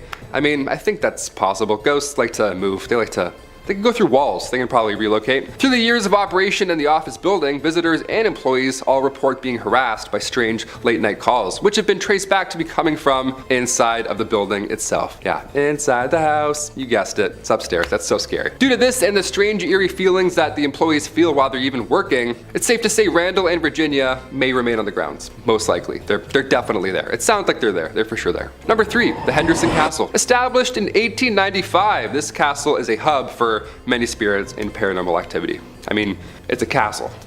The original owners, Frank and Mary Henderson, are said to haunt the castle as they passed away back in 1899. Yeah, I wouldn't want to leave either, living or dead. Additionally, other spirits are said to reside in the castle, a young girl and a dog. Yeah, a dog! We've got a dog ghost. How do you deal with that? Ghost barks? That'd be so scary. In 2005, the castle was occupied by Peter Livingstone McNellis and his family. When the family resided in the castle, Livingstone's son, Vincent, before anyone else had ever reported anything strange happening in the house, he said that he saw an apparition of a figure in the Victorian room, originally the changing room for one Mary Henderson. The son said while pointing at a picture of a woman dressed in an old period clothing, some Victorian clothing, that was the woman he saw wearing that same clothing. I would throw up. If someone ever said that, I'd be like, oh, this Victorian painting? And one former innkeeper who stayed at the castle each night told Livingstone on numerous occasions that she also felt a presence coming up and down the staircase, a movement passing her on the stairs when she would walk by. Ugh, these are scary. Top 5 is like, or top 10 is scary fish. This is hard. This is some scary stuff. 9 a.m. I'm already getting spooked. While now the castle is being used for a bed and breakfast, guests have fallen victim to ghosts as well. Yeah, it's not over yet. The Henderson Castle is a very paranormal active ground that many ghost hunters have investigated, and they've confirmed, in fact, that it's haunted by spirits. I trust them. The people that can go into these castles and physically do this, I'm like, yep, I trust your opinion, whatever. He just comes out, he's like, haunted. We're like, thanks, Daryl. This has been confirmed as these ghosts have interacted with many paranormal investigator teams, in addition to guests and employees of the castle. Yeah, they're just harassing everyone. The ghosts seem to be friendly, not evil whatsoever, so that's a good side, I guess, to being haunted by ghosts. They have been known to speak and physically touch guests and employees. Just they touch them on their back, side, shoulder, always in the back. You never see it coming. It's always in this region. Not only that, but there's also been reports of radios making weird noises or turning on by themselves, even though they're either unplugged or just either turned off. Both bad, both scary. Guests and employees have also reported hearing footsteps upstairs, slamming doors from unexplainable sources, and some ghosts have been wearing the clothes that they wore while they were alive. Clothes that they wore while they died in, probably. As the spirit of Mary Henderson has been reported as many guests at the top of the staircase, wearing her usual getup. Imagine being like a clown, like a jester, and then you die in that, and that's what you look like as a ghost. You're like, what? I was doing a mascot gig. I don't want to look like a shark forever. Number 2, Allegan Lodge. The old Allegan Elk Lodge was built in 1909 and was used as a psychiatric and TB hospital until its closure in 1948. The lodge was a former hospital that was frequented by mobster Al Capone, and one that many say is haunted by at least 7 different ghosts. Yeah, you thought 2 was bad. Add 5 more. Now we got 7 ghosts. And it's currently on the auction block in Allegan. If you have a lot of money and bravery, there you go. While the structure was originally built by physician John Robinson in 1909, somewhere in the 1920s, it was sold to a doctor from the Chicago area who had allegedly had underworld ties. That's a great doctor. That's just who you want working on your pancreas. Brought pancreas back today. The facility was supposedly frequented by mafia figures such as Al Capone, the Prohibition-era Chicago mob boss, and his men. Yeah, well, they needed medical attention or when they simply needed to get away from Chicago, this is where they'd go. The old Elks Lodge, Al Capone. He's like, oh, it's cozy. They have great soup. Years later, it was used as an Eagles Lodge and an Elks Lodge, and in 2010 it was acquired by an Allegan woman who began renovating the property, but now she wants to sell it. Yeah, can't imagine why. Because one of the former doctors who owns the lodge had underworld ties, maybe? Something like that? I don't know. It led to a lot of people believing that there's a lot of undercover stuff about this lodge. It's still happening to this day. I don't know why I'm doing this like it's like over there, but I'm like, there's something going on in that lodge. Especially as it's known to hold 7 different paranormal entities, like I mentioned previously. For many years, employees and visitors have told stories of spirits who relentlessly roam the building. Some of the paranormal activity that has been experienced here includes cabinets opening up by themselves in the kitchen, sounds of children laughing, it's always calming in the morning, photographic anomalies captured throughout the building, and like you name it, shadowy figures in the basement, all bad. Notably where the morgue was located, the basement, good stuff, a lot of stuff happening in there. They'd be knocking on the front door, indiscernible conversations, and ringing at the doorbell when no one was present. Yeah, good stuff. Again, I have goosebumps, they're back. Guests also heard footsteps and the sound of hospital activity long after being used as one. They'd also see full-bodied apparitions of children. They would just see ghost children. That would be it. I wouldn't have to see any more. I would just see the ghost children and be like, again, see ya. Like that's. And finally, number 1, 0.0 Barks Lighthouse. There are plenty of lighthouses in Michigan, and plenty of them are rumored to be haunted, of course, because they're lighthouses and they're creepy, as they normally are. And this one is no exception. Built in 1847, real old, a lot of history with this one. The lighthouse is located on 0.0 Barks. As the legend goes, early to mid 1800s, Peter Shook had been 0.0 Barks' first lighthouse keeper. He was the OG. In 1849, Peter drowned while he and a couple of friends were sailing to Port Huron to pick up supplies for the lighthouse. He left behind 8 kids and his wife Catherine, and she took over at that point for Peter's duties, thus becoming Michigan's first female lighthouse keeper. Since then, people have claimed to see the spirit of Catherine walking along the edge of a cliff dressed in mourning clothes, as she is still heartbroken by the loss of her lover, of course. As we talked about earlier, ghosts like to wear the things that they were, that they passed away in. Again, I would hate to be a clown outfit, that would suck. She had also been spotted in the window of the 2nd floor wearing an apron,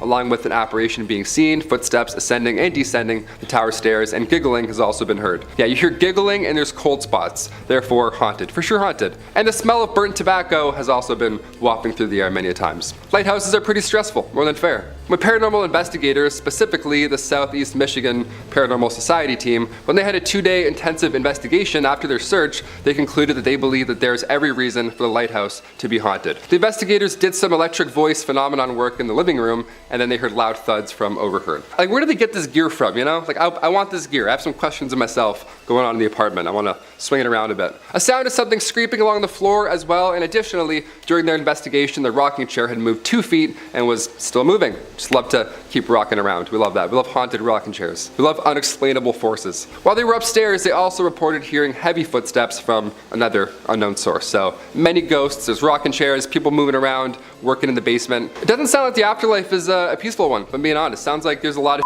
to do after you die. I'm not really looking forward to it. I thought I could just kind of float around in your paintings, but now it sounds like I'm gonna have to go and wear this. Wear my morning clothes, who knows? Coming in at number 5, we have Mizpah Hotel. Named after the Mizpah mine, the hotel was opened in 1905. The hotel is considered a historic beacon of Central Nevada's mining boom that came and went and left behind a trail of ghost towns, and is located between Las Vegas and Reno in Tonopah, Nevada, which has a population of around 2,000. Due to it being originally opened at the height of Tonopah's silver boom, it hosted celebrities and wealthy investors.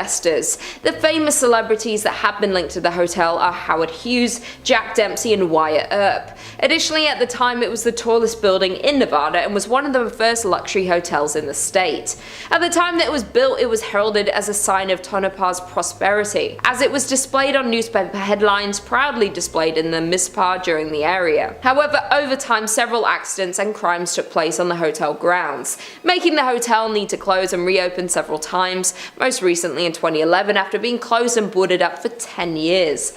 The hotel is considered haunted and is known for the story of the Lady in Red.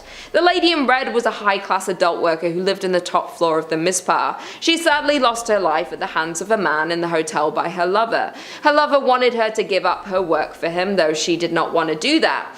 Due to the disagreement, she sadly met her fate in the hotel. The room where paranormal activity is most active would be the room where she lost her life, and it's considered the Lady in Red's room. And it is the very room you can now book and stay in on the top floor. There have been reports from guests and staff of the Lady in Red being seen riding the elevator, while other reports of hearing her whisper in the guests and staff ears. Additionally, she is known to leave pearls in the bed of guests that she is fond of. That being said, the Lady in Red is not the only spirit that haunts the hotel, as there is a nameless soldier who died in the hotel, and unfortunately they never were able to be identified. It has been reported that the soldier haunts the 3rd and 4th floors. Guests have also reported of a force tugging at the back of their shirts and unexplained giggling, while others report the inability to sleep because they felt as if someone was standing next to the bed watching them all night. The Mizpah Hotel has been named the most haunted hotel in America, and for a good reason. In at number 4 we have Goldfield Hotel. Located in Goldfield, Nevada, you'll find the Goldfield Hotel. The hotel opened in 1902 and formed a large crowd of visitors and guests in its early years of operation. In its early years, the Goldfield Hotel was visited by politicians, bankers, and gunslingers. Built in the heart of the town, the Goldfield Hotel was one of the most sought out buildings in Goldfield and was known as the finest hotel between San Francisco and Denver. The man behind the hotel was George Wingfield, a successful and wealthy banker, mining magnate, and joint owner of the booming Goldfield Consolidated Mines Company. However, as with many boom towns, Goldfield's mines eventually dried up, causing the population and stream of hotel guests began to dwindle. The hotel went through a series of owners, from private owners to the US Army during World War II, and now is owned by Red Roberts' son. The Goldfield Hotel was once the most spectacular hotel in the state of Nevada, but today operates under a different notion as one of the most haunted places in Nevada, if not the entire United States. The most known ghost story is of a woman named Elizabeth, who was speculated to be George Wingfield's mistress. Elizabeth became pregnant with Wingfield's child, and to protect his marriage, George paid her to stay away, though he grew fearful that he would get exposed for cheating on his wife. Therefore, George ultimately locked her in room 109 throughout her entire pregnancy. Wingfield fed her food and water to keep her alive until the child was born, but then Elizabeth disappeared altogether and was never to be seen again. Many guests touring the Goldfield Hotel have claimed to see Elizabeth's ghost, and some even claim to hear crying, notably calling out for her child. George's ghost is also said to haunt the hotel, with guests reporting to the lingering smell of cigars and ashes being left on the floor. Those aren't the only ghosts that haunt the Goldfield Hotel, as other spirits of those who lost their lives on the grounds of Goldfield have been reported to be seen lurking in the halls and lobby of the old hotel. In at number 3 we have Bobby Spring Ranch. Located just outside the glitz of the Las Vegas Strip sits a plot of land that takes visitors to another time and place. That land is known as the haunted Bonnie Springs Ranch. Originally built in 1843, the ranch was used as a stopover for the wagon trains going to California. While in 1958 the ranch was renovated and opened to the public as a tourist attraction with stables, a restaurant, and a petting zoo. Later a functioning saloon, shops, wax museum, wedding chapel, and replica schoolhouse were added to the ranch. There is not only one ghost that roams the ranch, as it's known there are multiple spirits that reside at the Bobby Springs, but one of Bonnie Spring Ranch's most commonly cited ghosts is that of a little girl. Her spirit is mostly sighted playing in and around the town schoolhouse before suddenly disappearing. The nearby merry-go-round has also been known to turn on its own unexplainably, where many believe it could be the spirit of the little girl playing on the ride. Another active area of Bonnie Springs Ranch for paranormal activity is the Wax Figure Museum. This small tunnel-like maze leads guests through a creepy history display, which literally comes to life for some. Many have claimed to witness these wax figurines move on their own and appear as though they are inhaling breath. The ranch's management even had to allegedly nail the displays down as they were moving out of position so frequently. The final and most evil of Bonnie Springs Ranch's hauntings are found within the Opera House. It is here that a darker, more negative energy is present. The spirit takes the form of a dark shadow figure that follows people through the area and has even been captured in photographs. Disturbing the EVPs have also been caught in this area. In at number 2 we have Nevada's Governor's Mansion. From the outside, the Nevada State Governor's Mansion is a grand 2-story building, while inside on the first first floor, you'll find the grand entry hall, the reception room, and the formal dining room. Though don't let its appearance fool you, as there are spirits haunting its grounds.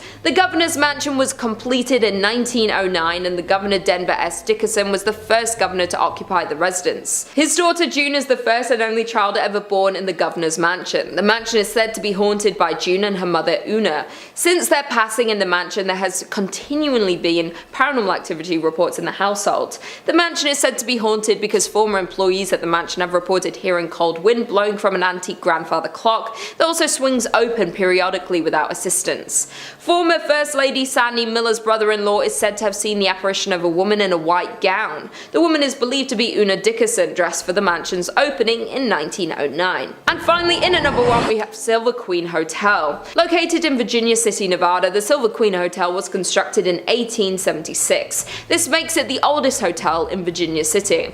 However, the Silver Queen Hotel is known for much more than just being the oldest hotel in Nevada. The main level of the property features an authentic 1870s saloon with one of the largest single-piece wooden bar counters and bar backs you'll ever see. The Silver Queen is also a popular destination for weddings, as there is a historic chapel on site. Of all of the allegedly haunted places in Nevada, paranormal experts tend to agree that Virginia City, as an entire city, is the most collectively haunted place in Nevada, especially as staff, guests, and countless paranormal investigators are certain that ghosts roam the 138-year-old property. One of the most active spirits that haunt the hotel is Rosie. Rosie was an adult entertainment worker who dealt business in the Silver Queens. Though during the late 1800s in room 11, Rosie lost her life. Her story remains mysterious, but Rosie is said to have never left the Silver Queen, making countless appearances in the decades following her passing. Even though the entire hotel is carpeted, guests have often reported loud steps on a wooden floor, rattling doorknobs, the sound of voices, or even the sight of Rosie herself at the top of a long staircase where she has been spotted lingering.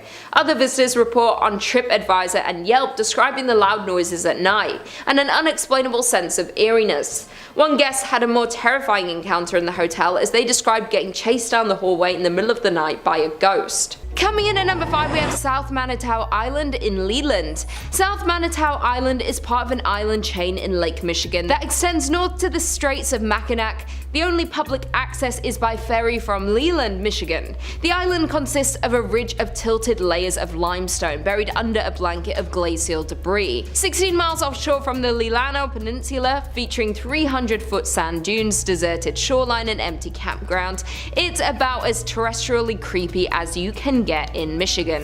In the 1800s, the island became a popular harbor for ships traversing the newly built Erie Canal into the Great Lakes and on to Chicago. One local legend surrounds a ship full of passengers stricken with cholera stopped at South Manitou, where sailors buried their victims in a mass grave, some of them still alive at the time. Soon after this incident, the first appearance of ghosts and hauntings began. The mass grave is believed to be near the old cemetery just north of the Bay Campground. This is also near where the old dock used to be located. Additionally, the passage between mainland Michigan and Manitou is one of the deadliest sections of Lake Michigan. This is due to a sudden weather change, creating a navigational hazard, causing over 50 known shipwrecks. Traffic was quite busy here during the late 1800s, and there were frequent accidents where ships would literally run into each other. Off the coast of the island lies the shipwreck of the SS Francisco Morazan, where rumors say a young island boy died after trying to explore on his own. There are also 2 cemeteries on the island and an ancient cedar forest where voices are said to be heard. The haunting of this island is so bad it has driven park rangers to go mad and demand to be taken off the island. One ranger even confessed to hearing voices, footsteps, and slamming of doors inside buildings that were otherwise unoccupied. Coming in at number 4, we have Masonic Temple. With over 16 floors and 1,000 rooms, this Gothic temple is one of the most striking buildings in Detroit. Furthermore, this is the largest Masonic temple in the world. According to rumors, there are hidden passageways, rooms, and staircases, so be careful as you might get lost quite quickly within the walls of this temple. The most famous urban myth associated with the temple is that of the architect George D. Mason. Legend has it that Mason went bankrupt funding the construction of the temple. He was going through financial difficulties and was very close to foreclosure. Due to this stress, George D. jumped to his death death from the roof. This story will back up the fact that many reports of a ghost climbing the steps to the roof of the building as if stuck in a loop of his darkest moment. Even scarier, additionally, guards frequently find the door to the roof unlocked, even when it was just checked moments earlier. Additionally, the temple has various cold spots and doors are reported to close suddenly. One of the roof doors is said to swing open just moments after it is locked by a watchman. Many people report the feeling of being watched while inside of the building. Coming in at number 3, we have Doherty Hotel. The Doherty family has owned and operated the hotel since it opened in the 1920s. The Doherty men were and remain the business managers. However, as the current owner Jim Doherty tells it, it was the Doherty women who were the heart and soul of the business. The hotel has a colourful history. During Prohibition, it was a speakeasy, a place for backroom gambling and adult entertainment. It was also a meeting place for the Mafia and Purple Gang. Here, they worked out their differences. In 1938, the hotel was the site of one of the Michigan's most notorious murders. Isaiah Lebo, former Purple Gang attorney turned Purple Gang businessman, was murdered in the bar. He was shot by his cousin and business partner Jack Livingston and sadly passed away. Ever since, there have been numerous hauntings. Some believe it's Lebo who haunts the ground or grandmother Helen Doherty who passed away at the hotel. But there is one thing for sure, and it's the many ghost stories that are now associated with the hotel.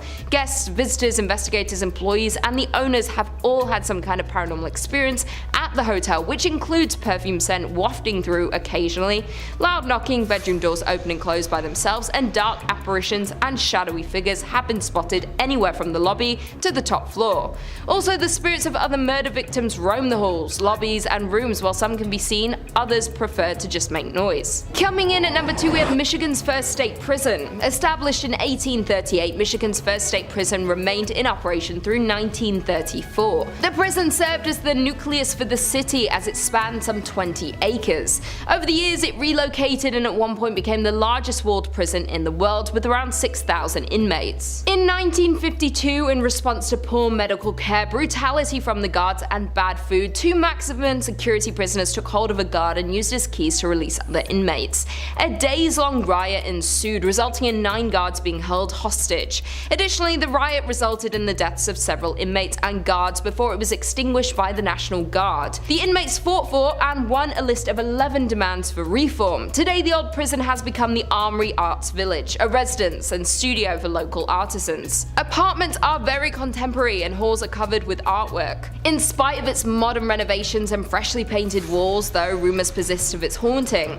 Visitors, workers, and artists of the space claim some prisoners and guards still haunt their former home. Residual sounds of riots are also frequently reported due to the prison's history of such occurrences. Judy Krasnow, an employee at the renovated Arts Village, hosts daytime historic tours of the prison, so a visitor can see the hauntings for themselves. She is also a resident of the prison and lives on site. She has confessed she believes her apartment, which was once a series of prison cells, has ghosts. Furthermore, Judy is not the only resident who believes that. Even though the upper floors have undergone renovations, the underground section that holds solitary confinement remains structurally intact.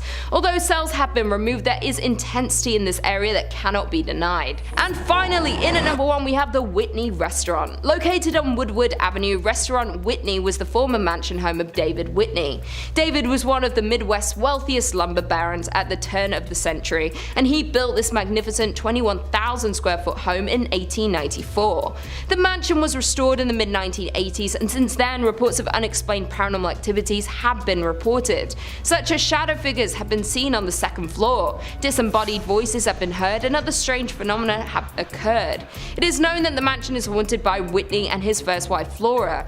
Flora always wanted to live in a mansion but died before the home was finished, leaving Whitney to raise their 4 children. A year after Flora's death, Whitney married her sister Sarah, leaving Flora's ghost to forever live in distress. The paranormal activity within the restaurant is not for the faint-hearted, as there have been reports of the elevator traveling between floors on its own with no one inside to operate it. Furthermore, ghosts have been witnessed on the upper floors, with one staff member seeing an older man looking out the window. The staff member approached the man asking him to leave, and right before the staff's eyes, the man vanishes into the floor. Other reports include noises that sound like silverware and kitchenware being handled and or stacked, and table settings keep getting moved around by some unseen presence. The outhouse is said to be the most haunted part of the property. It was originally built for Whitney's slaves and has been largely untouched for years, mostly due to the fear of paranormal. Inside the outhouse is a dining table that is set for the afternoon tea and has been untouched for as long as anyone anyone can remember. Today it's still perfectly set but covered in a thick layer of dust, adding to the ghostly atmosphere. The outhouse has no electricity, so sits in the darkness at night. A tour guide who once worked at the Whitney insisted that the building was haunted for his experiences working there.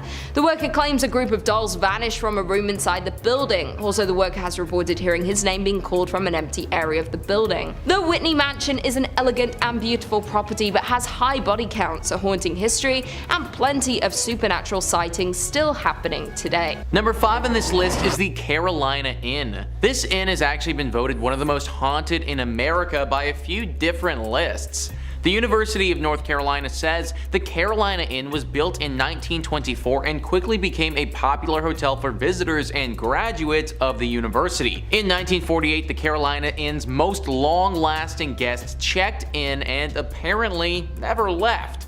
Dr. William Jacox was a fun-loving man with a witty sense of humor, had recently retired from practicing medicine, and decided to make the Carolina Inn his final home. He lived in room 252 for 17 years before his death in 1965. As shared by the Carolina Inn, guests that have stayed in Jacox's old room report being inexplicably locked out of the suite. One time, the lock was so stubborn that a workman had to use a ladder to break into the room. Visitors have also noticed strange occurrences such as messy bath mats and previously closed curtains being pulled wide open. Some have encountered the smell of freshly cut flowers despite none being in the room and felt their bodies become strangely cold for no apparent reason. This is only part of the stuff that goes down at this room as well, guys. Some people have reported seeing a poorly dressed man approach them looking for an unlocked door, and then if they show it to him, he runs away screaming. It's thought that this is the ghost of Dr. William Jacox. I don't know why unlocked doors scare this dude so much, but anyone who's gonna spend 17 years in this hotel is probably a bit of a weird dude.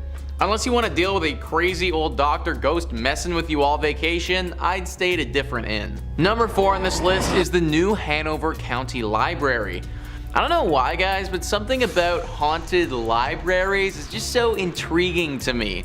Like, it just seems so mystical and mysterious, I guess. This haunted library is located right in Wilmington. There is a woman that haunts this place who's believed to be a patron. Apparently, she used to donate quite generously to this library and in death doesn't want to leave it behind. She isn't the only ghost that walks the halls here and haunts the books.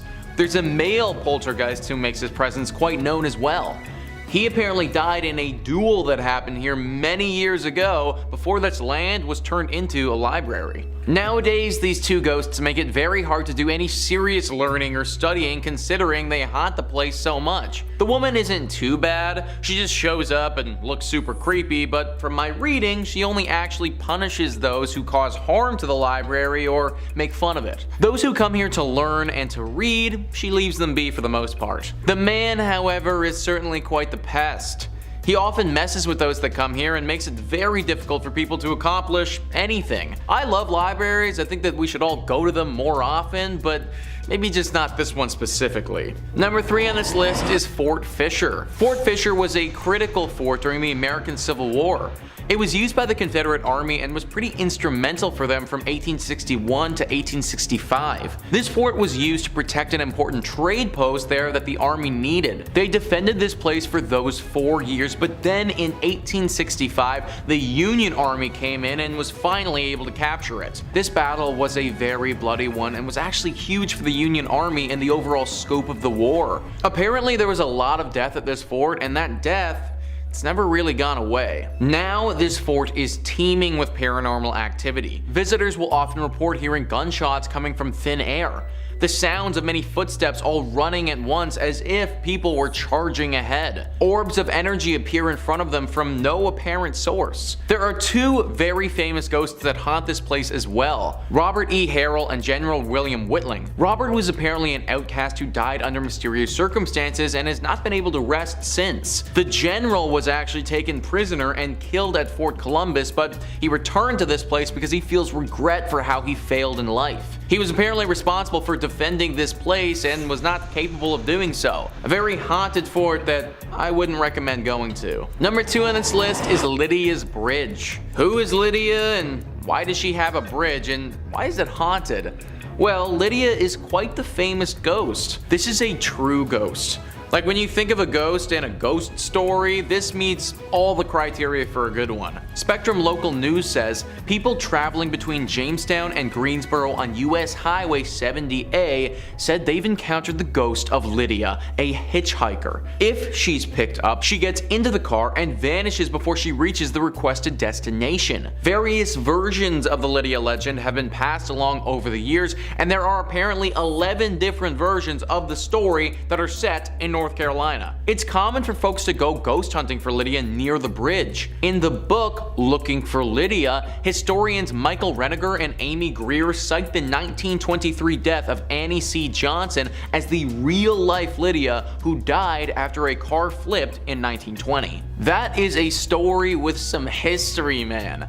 Literally since the 1920s this has been going on, and there are 11 different versions of the story. A story like this isn't just made up. It's not just something that one person posted on Creepypasta that became a thing. No, this has been part of the identity of North Carolina for a century. Countless people have picked up this woman and then had her disappear right before their very eyes. Car accidents have happened for people driving this woman and then getting so shocked that they spin off the road when she disappears. Lydia, or Annie, is a real ghost who stalks drivers along this road and especially this bridge. Although she isn't inherently evil in nature, as I said before, accidents have happened when people realize they were just driving a ghost around. I have no idea where Lydia is trying to get to, but trust me, you probably don't want to be the person to take her there. And finally, number 1 on this list is the Devil's Tramping Grounds. This is in reference to a very strange patch of soil in North Carolina. For decades, this circle of dirt has allowed nothing to grow on it at all, whilst the area surrounding it is home to luscious wildlife. The Sun Journal says regional legend maintains that Satan frequents the area on his nightly walks,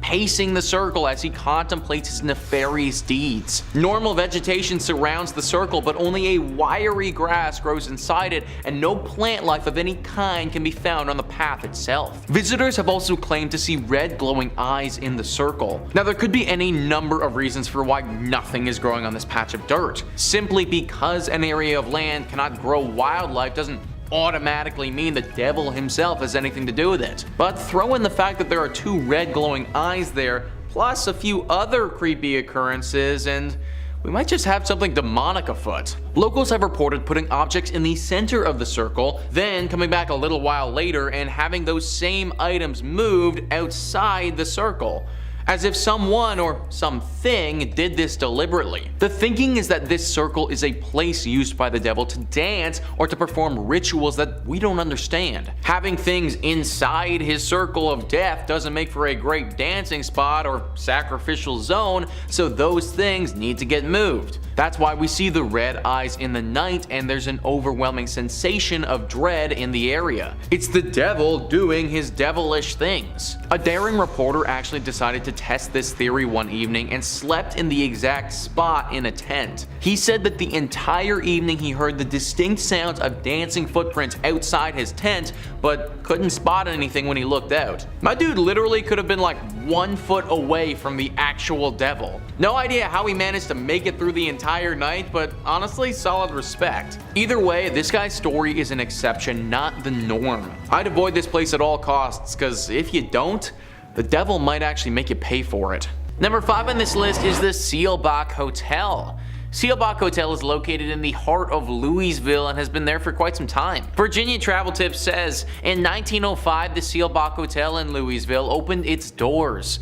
For more than a century, this exquisite historic hotel has functioned as one of Kentucky's most important historical landmarks. The hotel, on the other hand, is notorious for its ghostly activity. Patricia Wilson, the Lady in Blue, is one of the hotel's most famous sightings. She was a woman who had recently divorced her spouse and intended to meet him later at Seelbach to try and work out their differences. Unfortunately, her husband died in a car accident and never showed up. She was devastated by the loss, and she died not long after that. As a result, guests notice a woman in a blue outfit strolling around the hotel. Other ghosts have been reported at the hotel, and they include a woman dressed in old, worn-out clothing who was approached by a staff member attempting to communicate with her, but then she disappeared. Most of the encounters with this woman have been tame, but there have been some that have gotten quite aggressive. Some teenagers were apparently making fun of her or doing something that they shouldn't have been doing, and she responded by literally clawing and scratching at one of them, leaving horrible marks behind. The victim also said that it felt as if she crawled into his brain and told him horrible secrets about himself that he'll never be able to forget. A hotel like this is supposed to be nice and relaxing, but based on what I've read, I don't know if that's going to be the experience you get at Seelbach. Number 4 on this list is the Talbot Tavern. Really too bad that this place is haunted, because it would have been a pretty nice spot to get a brew if it wasn't. Virginia Travel Tips says, built in 1778, the Talbot Tavern is located in Bardstown, Kentucky. Currently, the Haunted Kentucky Tavern serves as both a restaurant and a 5-room B&B, and it's known for being haunted. A former accountant recalls coming across a man in a long coat strolling across the top floor. He then turned to face her and began laughing uncontrollably. Another famous hotel resident was the lady in white who forced a couple to flee the hotel in the middle of the night since she was hovering over them while sleeping. Many workers and visitors to the residence have related accounts such as orbs floating around the rooms, flashes of lights without cameras being seen, objects moving on their own, and doors opening and closing when no one's in the building. I, for one, am not trying to wake up to a ghost just hovering over me, guys. Honestly, it might give me a heart attack and, well, I'd never wake up again. This place is weird because no one really knows why it's as haunted as it is, but there's no doubt that it's teeming with paranormal energy. Pick a different place to go get a drink if you're in Kentucky. Number 3 on this list is the Kentucky State Penitentiary. We always got to include the creepy jail in one of these lists, guys, and this is Kentucky's. Virginia Travel Tips says, the Kentucky State Penitentiary is situated near the Tennessee border on a sharp bend in the Cumberland River. In the 1800s, a maximum security jail was built there. It is a gorgeous place from afar, but up close, it is a death and ghost machine, according to a local author and paranormal investigator. Thousands of men have been executed in the prison's electric chair, known as Old Sparky. During his death row cell inspections in the late 1980s, a guard had a terrible incident where no one stayed. He was greeted by a prisoner who was reading the Bible. When he returned to his office, he asked about the prisoner's meal, only to discover that no one was in that cell. When he returned to the cell, he discovered that it was empty except for a small Bible on the floor. Yeah, kinda weird. More strange occurrences were recorded around the institution, with many reporting seeing a reflection of an inmate who attempted to shock them. Okay, so honestly guys, I want to take this as seriously as possible, but Old Sparky? Like, imagine dying in a thing called Old Sparky. Like, I think it's meant to electrocute people, but why does the killing chair sound so cute? Kinda sounds like something that you name your dog, not a murder weapon. Anyways, Old Sparky has certainly done its job though, and now the place is super haunted. Most of the prisons we talk about on this channel you can go visit if you like, because they're all typically abandoned. That's not the case with this one though. The Kentucky State Penitentiary is still fully operational and has tons of prisoners in it. Not only do these people have to chill in jail, but it just so happens that their jail is also haunted. Number 2 on this list is Mammoth Cave. So we actually spoke about Mammoth Cave on this channel before in our series about top 5 terrifying caves where evil awaits, so if that interests you, then go check it out. It made that list because it was super haunted, and naturally it has to make this one as well. It is, as you'd expect, located in Kentucky. It is the biggest cave in the state by far, which is why it's named Mammoth Cave. Most of the cave has been unexplored, which is kind of nuts considering we've already seen about 400 miles of it up until this point. This has been an area of interest to people for thousands of years. Back 4,000 years ago, it's believed that people used this cave to bury their dead. This was the first encounter this cavern saw of death, but it definitely wasn't the last. After the War of 1812, these caves were sold off and used as a place to mine salt. The workers of these mines were slaves and oftentimes were worked to death down there. After the salt had been mined, this place functioned as a spot for sick tuberculosis victims to go. Obviously, this created more death in this place and just contributed to what is a very haunted area now. Today we get an array of ghostly apparitions popping up to people. Ghosts from all the way back 4,000 years ago have been seen, still lingering and clinging on to this cavern. People have seen the visions of slaves calling out for help and ghosts of sickly individuals as well. H.P. Lovecraft, one of the most famous fantasy horror writers, was inspired by this cave. Anything that inspired that guy is probably a spot that you want to avoid. And finally, number 1 on this list is Nada Tunnel.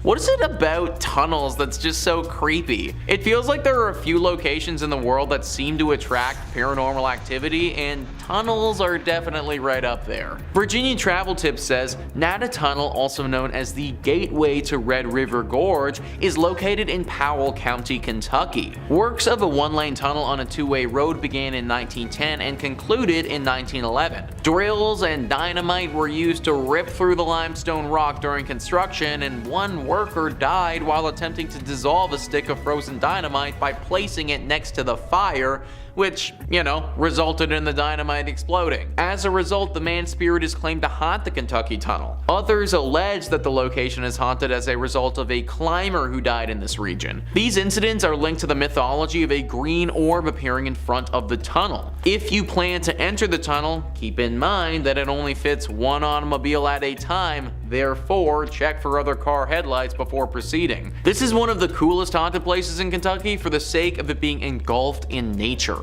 So it may look really cool, but the haunted nature of this spot makes me think that it should be avoided. Man, imagine literally getting blown up by a stick of dynamite. Like, that might actually be the worst. Granted, my dude did stick the dynamite literally right next to a fire, so I feel like he might have brought this one on himself a little bit. I'm not really sure how the climber would have died in this tunnel, but you got to imagine that he screwed up if he was climbing in a tunnel. Either way, the spot is definitely riddled with these spirits, and they manifest themselves as this glowing green orb. Now, there haven't been too many reports of this thing being super dangerous, but it is definitely creepy to say the least. Locals don't really travel down this pathway for fear of the orb and what it could potentially do to them. Also, on a total side note, I just want to bring up the fact that this is a one-way tunnel on a two-lane road. Like, how dangerous is that, guys? What if it's foggy or something and I can't see all the way down the tunnel to the other car? That is literally the dumbest road design I have ever heard of. Maybe the legend was just created by the locals because they know how dangerous this freaking tunnel is. Regardless of what it is, I recommend staying away.